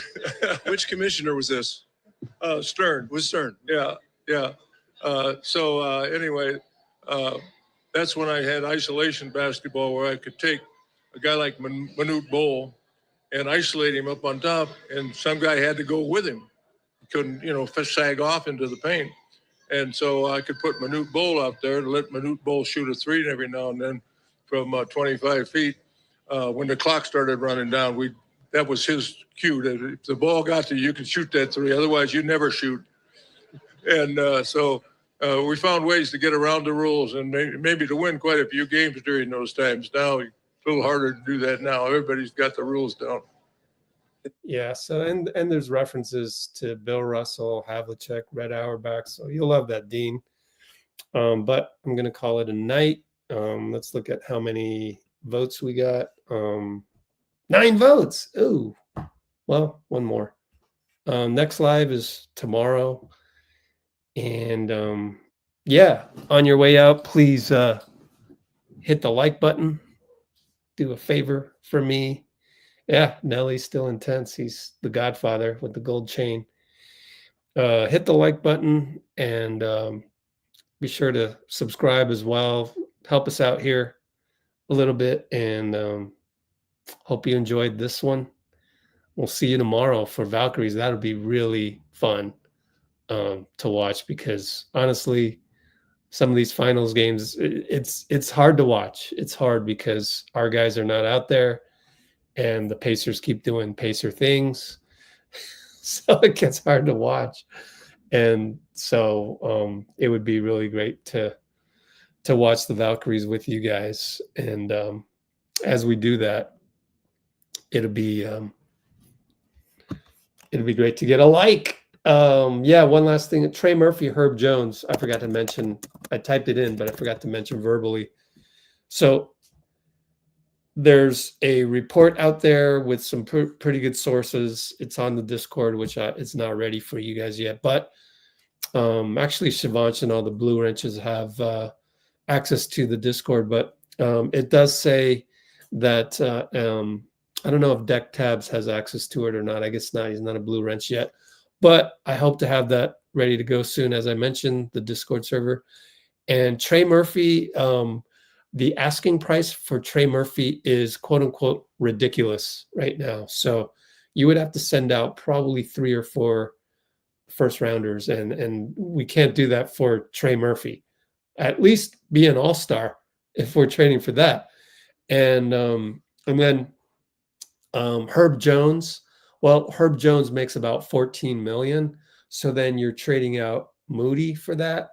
And what are you getting back? And I mean, would you trade, JK for Herb Jones? I don't know. Maybe we'll explore that next time, but I don't think so, because Herb, he's even, a worse 3-point shooter than Jonathan. So if all things being equal, I mean, yeah, I don't know. It's just tough for me to justify sending out JK's contract and only getting the 50% of it in value back. All right, guys. So let's get the Cholo file up. Cholo. Where are you at, Cholo? Brate time. See you guys tomorrow.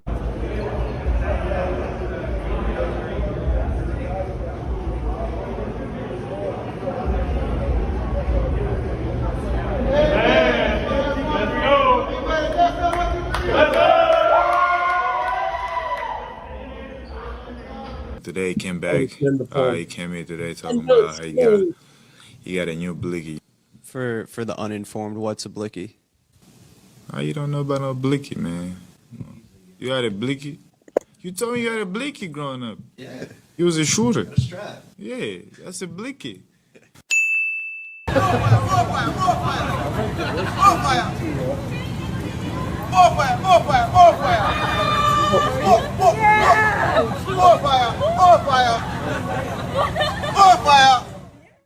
And Brate, see you tomorrow. Let's go Valkyries.